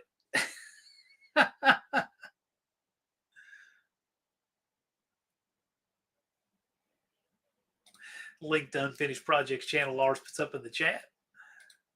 Thank you. Oh, man. Unfinished Project said at one time I had a whole sheet of obscure Cope trick. Oh, wow. Well, sometime if we have Cope on as a guest, well, maybe we'll play that. You never know. cut the hood and fenders, you can cut down the number of gears. Yeah, but you're also going to be able to see. At some point, it's going to be up above the hood, too. You know, the best cure for that, the best way to fix that, Danny Boyd, is put one cam in it right in the middle of the engine. Something that's worked for, I don't know, 100 years. Haven't seen one of those Lucas things. Yeah, they're still around. Usually if you go in the parts store, the circle of the drain, you know, and has the brown paneled wall and the big book on the counter, they always have one. 30% power reduction. Oh, I don't know. It's a bunch. It's not 30, but it's a lot. If you heard Michael Hampton, that what's his channel? Den of Dreams Garage. He was there with the Pennsylvania boys at No Name Nationals. He had these gears in his Monte Carlo. It's 454 in his Monte Carlo, and the gears are so loud. It sounds like he's got a blower from any distance. It's just the timing gears. Oh, Dougster, you missed it. Oh, we'll let the people in the comments tell you what you missed. Let you twist in the wind over it a while. Bad harmonics, yep, your cam's going to eat everything that comes through them. That is correct. A belt is really best for that. The greatest minds are here. We've got a lot of great minds here tonight. Of course, we always do. That Monty was the one. Yeah, it made a lot of noise. He said, I didn't know the gears would be that loud. And it sounded like he had a Roots blower on that car without the surge. Oh, I don't know, Dougster. Maybe you just don't know. And Junkyard D Spill says, so I gave away one of these shirts, and I let Unfinished Project pick a trivia question. He picked one from Cope Racing Transmissions, and it was, where was the original shop? And so the question was, Cope said, I'm going to give away a CRT shirt to whoever can tell him what his father's first name was, the old man's first name. And I bet it took them 10 minutes to get that. I didn't time it, but I bet it was 10 minutes before anybody figured it out. But that's the kind of thing I'm sure the Dougster has tattooed on his arm, like, you know, these kind of things. 351 had a power steering pump sound like that. Oh, yeah. Many of the 4737 parts were cast in Mexico. Yeah, I believe so. I believe you're right.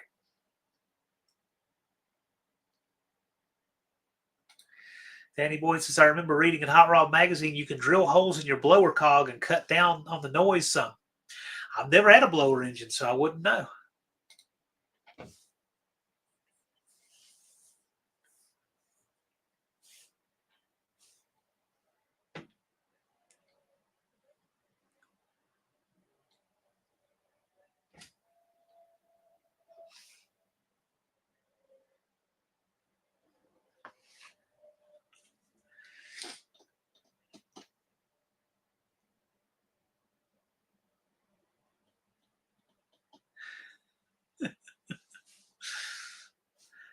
You guys don't know. I've had probably 15 texts since I've been here.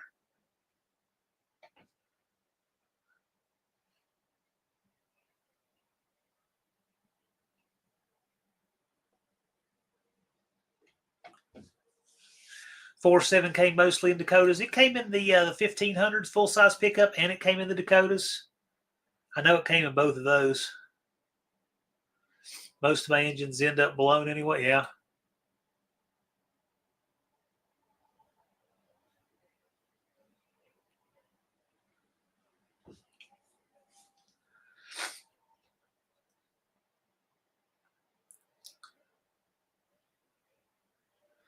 B&R had a good running 3.7. Good deal. There's always that guy that has a Ford Contour that's still running too. So there's always that one person who's the exception to the rule. Danny Boy blew the crap out of a 2000 Corolla engine. 2X. There's been a ton of wine since Tuesday. Blown gaskets too. If you cut the holes at the right angle, the cog might whistle. Yeah, maybe. Golly, I don't know. The stuff people do for that. You should put a 4.7 in the Dart Sport. I did. Can one of the mods put up the link to that? My video I did Uh, I did put a 4.7 in the Dart Sport. That happened. 4.7 is junk, 1,000 feet of stretching timing chains. That is correct. I had a 3.9 Dakota. It blew. Wow. Well, you are hard on stuff. Those are tough engines. Mike Iben, the torque converter whisperer in the house.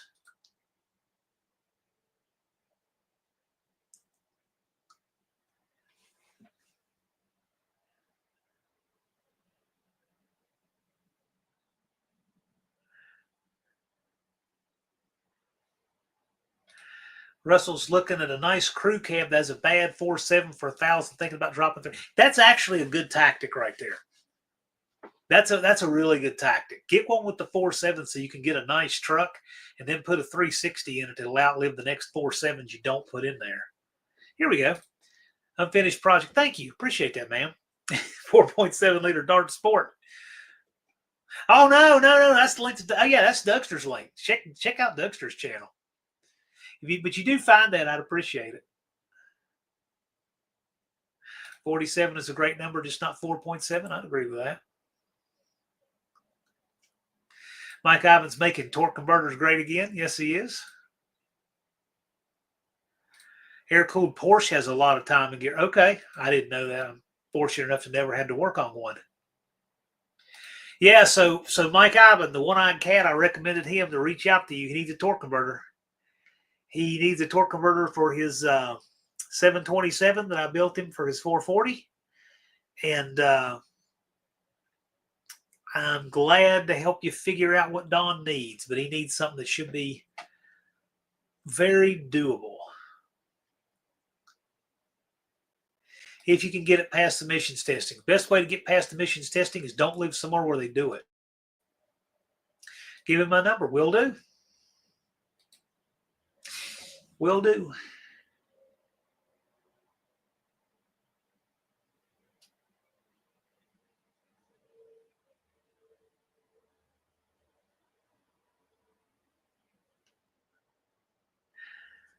Max Wage Dick Dasher says, I want an LS car with a slant engine. That would be good. That'd be cool. Here we go. Here's the link to the Dart Sport video. I did indeed put a 4.7 in Dart Sport. No fool. It happened. You can see it for yourself. That's an old video, too. I cringe to think how well it was produced. Not that we're doing anything well produced now. Danny Boyd says the Ford 240 300 are gear drive. You can hear it on my 240. Yeah, I bet. I never even thought about that. But you're right, they are. A friend of mine had a 300 in his truck. I remember being gear drive. I'm telling Santa I want a torque converter for Christmas. Well, it can happen.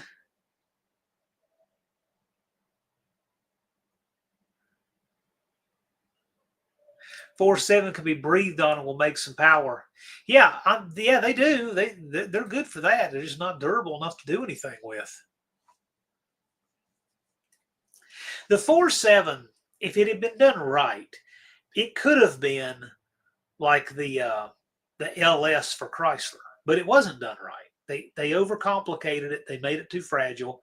So the third gen Hemi is like the LS for the Chrysler. And even then, you got that lifter problem to get around. Russell says, plus the cam gear on the 240 and 300 are pressed on. Yeah. Jeff's found some heads for his dragster. Yeah. Dougster has a question.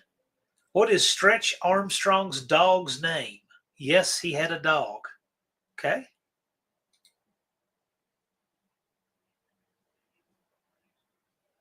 Jethro's here somewhere. He hadn't made a sound. He's not over here. Sometimes he says the doorway here while I work, but he hadn't made a sound. I think where the time has changed, it gets dark earlier. He's just out this time of day. I think maybe once ever he came up here and stuck his head up while I was live. I don't even remember where that was. It's been years ago. Make sure you ask for that converter at the right time or we'll start calling you No-Eyed Cat. Well, Mike Ivan could definitely make him the converter he needs.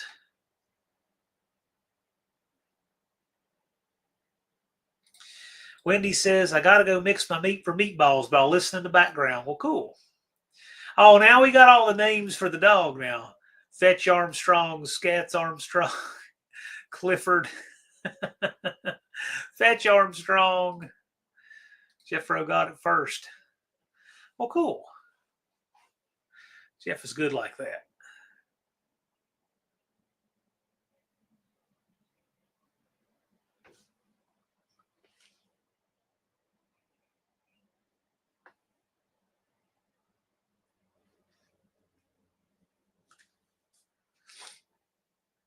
Dog, boy, took a while to come up with that one, didn't you, Walter? Heavens Mopar says, I have a gear drive timing set. Been debating on putting it in the 383 I have for the Charger. I've heard pros and cons, opinions, advice. You can do it if you want to. I'll tell you what, though, I'm not a huge fan of them. They take a little more power to run. They transmit harmonics to your valve train. If you want to run them, run them. But I'll know this. The biggest problem you're probably going to have with it is they're loud. They make a lot of noise. But you do whatever you think. Gear drive is more of a race only piece. I mean, they're fine. There's no reason you can't run them. They're just loud. Who do you recommend for torque converters? I need one for TH350. Clayton, I recommend for torque converters. And no, I'm not sponsored or anything. I just like to recommend people in the community. This guy right here, Mike Ivan, the torque converter whisperer. Let's see here. Can one of you put up the link to Mike Ivan in the chat? But that, Clayton, is who I recommend for torque converters. He's in the Pittsburgh area. And he's done several winning converters in our community. He did the converter that Just Mopar Joe won the bracket with the first year. Bigfoots and Mopars and the Dodge Whisperer. He's done lots of converters for our community.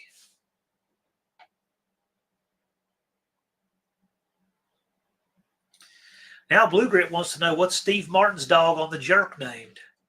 That's a good question.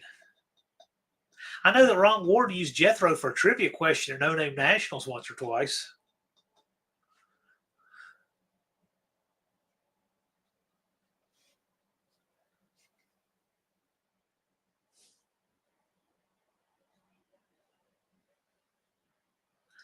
One-Eyed Cat says, I have 2 cores that I don't need. Okay.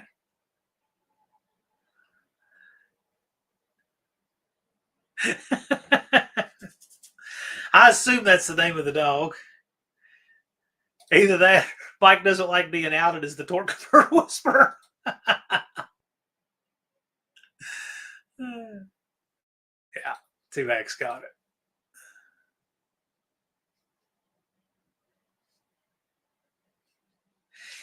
So, Dean's welcome to tell us here, but I'll tell you the place for that. If Tony's live after me, that's the place for that. That's where you can really have fun with that if you want to do a election debriefing. Tony's Hot Rod Garage. Is Tony live tonight? I don't know. I haven't seen on the. But if he's live tonight, we'll make sure wrap up on time and hand off to him.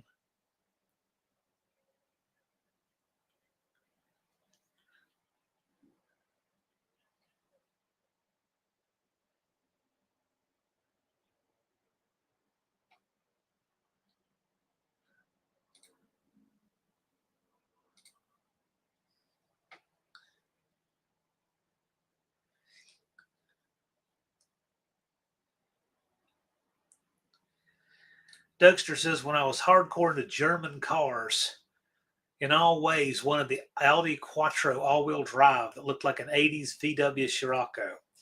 That is weird.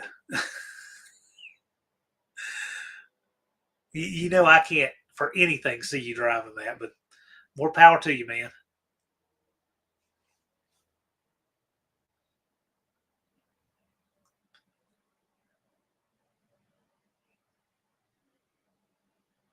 Where is what? I don't even know what that is, Dust Devil Brian.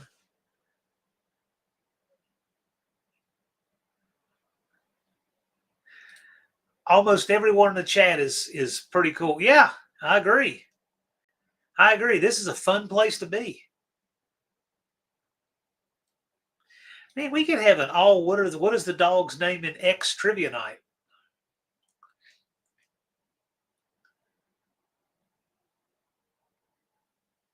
Rather have another Mercedes 240D with a 123 chassis. I am so glad I don't have something like that. Oh, just working on that stuff's brutal. I know a guy who's a Mercedes tech, and he tells me all the crazy stuff they deal with. Like a new Mercedes doesn't have an oil dipstick. It holds 13 quarts of oil, but you have to take it in when the light comes on. For real. And the engine's about, well, at least a few years back, the engine was 30 grand in the crate. I'm sure it's more now.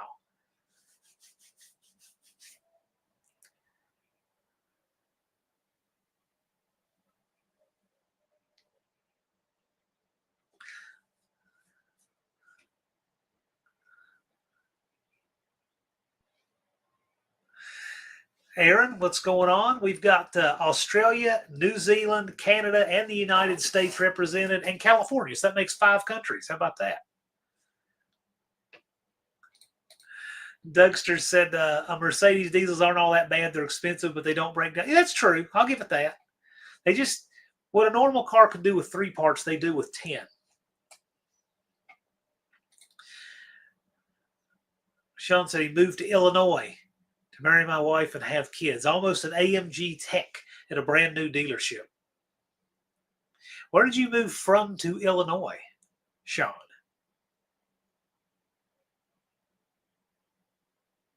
How do they check the oil? CT scan? I don't know how the dealer does it, but it's not user checkable. I really don't know. I don't know if it's sight glass. I didn't even ask him. When he said that you don't even have a way to check the oil yourself, all I could hear is just, man, that is something I would never want to own.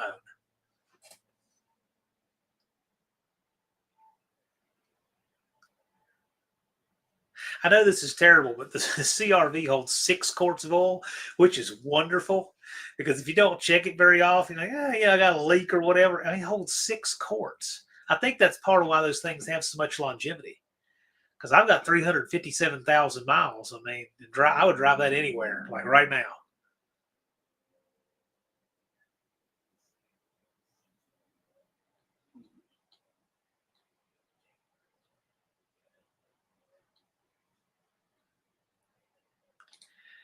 Dean says Australia is part of New Zealand. It's the 701st island of New Zealand with some different stars on the flag. It's not exactly how I've heard it put. Moved from Louisiana, really?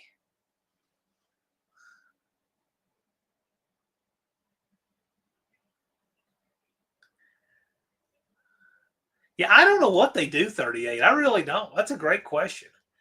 Maybe we'll get Frenchie in here sometime because I'll tell you what, that would, what's interesting. You say that would be a really interesting live if we had him on here because he's done that for a career. He works on the vans and the cars and everything. Of course, he drives one.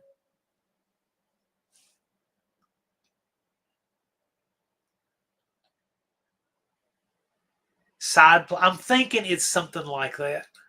That's a good question. My daughter's VW is 6.2 quarts. Who comes up with that? I don't know. Lars says he's creeping up on 300,000 miles with his little Honda. It won't die. I'll tell you what, those are great vehicles. Wendy wants to give something away for whoever can guess the name of her Maine Coon cat. Has it ever been in a video, Wendy?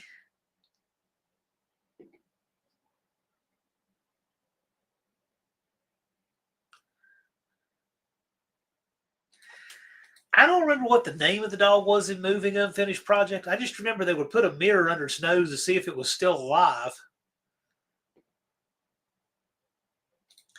Jeff would like to rather be in Louisiana than Illinois.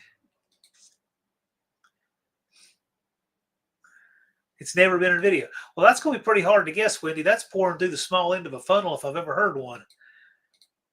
But that'll be interesting if anybody wants to take a stab at it. Wendy's giving something away. You've got 4 minutes and 37 seconds.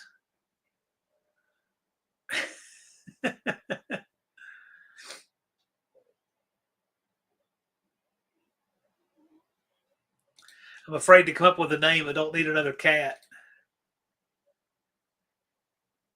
Lars wants to know if it's Don Jr. Toad. Been on a live, though. Okay. Yeah, I won't even read that one, but I'll put it on the screen. So you guys who listen to this podcast style on your drive, you got to actually watch it if you want some of these things.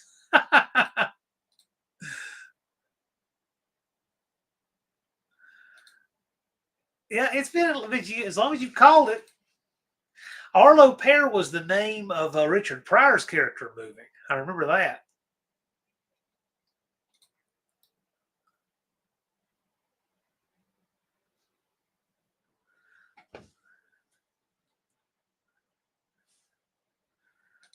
Cool trivia question. Indeed.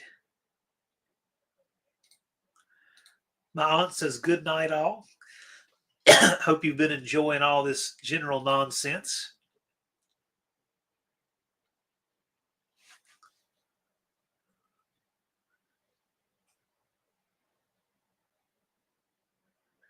Yeah, we just got just a couple minutes left. I don't know if Tony's live tonight or not. Usually he sticks his head in right before if he's live.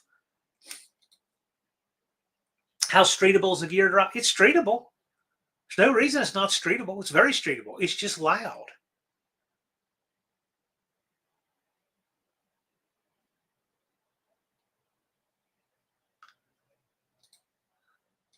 Cope and Dougie, big buddies. I think Cope is Dougster's biggest fan. I really think so. He won't admit it.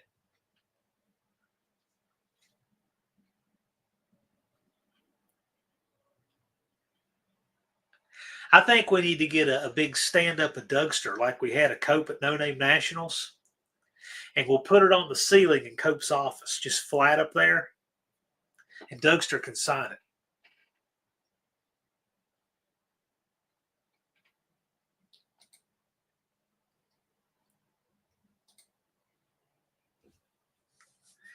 Cope and Dougie sounds like a buddy cop movie. Yeah, there you go. The reboot for the Blues Brothers. That's it. That's exactly right. We got some guesses for the Maine Coon Cat here. Leela, Susie, Bella. Make the size the smiley town. Not even close. Oh my. Man, you guys got 87 seconds. Fifi. I'll tell you what, I'm surprised there's not a Ford guy that's given an animal that name. But Bella's Landon's dog. Okay. Cope and Dougster sounds like a morning show on the radio. That's what we need. We need those two to do a morning radio show together. That's it. That's it.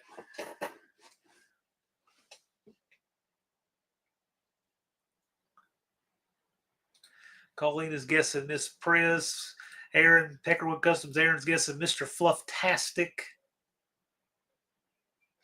Dougster says we have access to a Bluesmobile. Cope and I could recreate scenes. There you go. There you go. Dougster, I know that Cope wants to spend a weekend doing that. Y'all should spend a whole weekend recreating those scenes.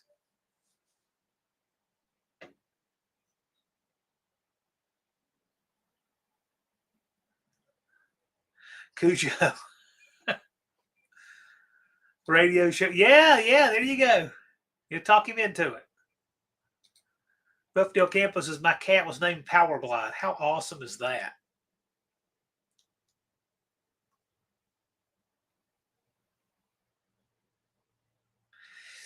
Well, guys, it's been a blast, but we're at our time limit. Just ticked over 2 hours right there. So I want to thank all y'all for coming out. Congratulations to the winners. I'll get in one more cheap, shameless plug for this because you got one more week. You got 1 week. These are going to be Gunslinger Graphics. The link is pinned at the top. This is the Fame Money Community T-shirt.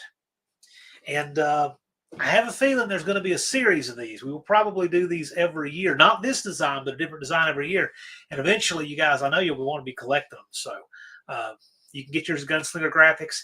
It's the same price it was at No Name Nationals, except shipping is tacked on there. So you get your orders in. If you want a shirt, congratulations to winners tonight. And with that, I will see all of you guys next week. Take care.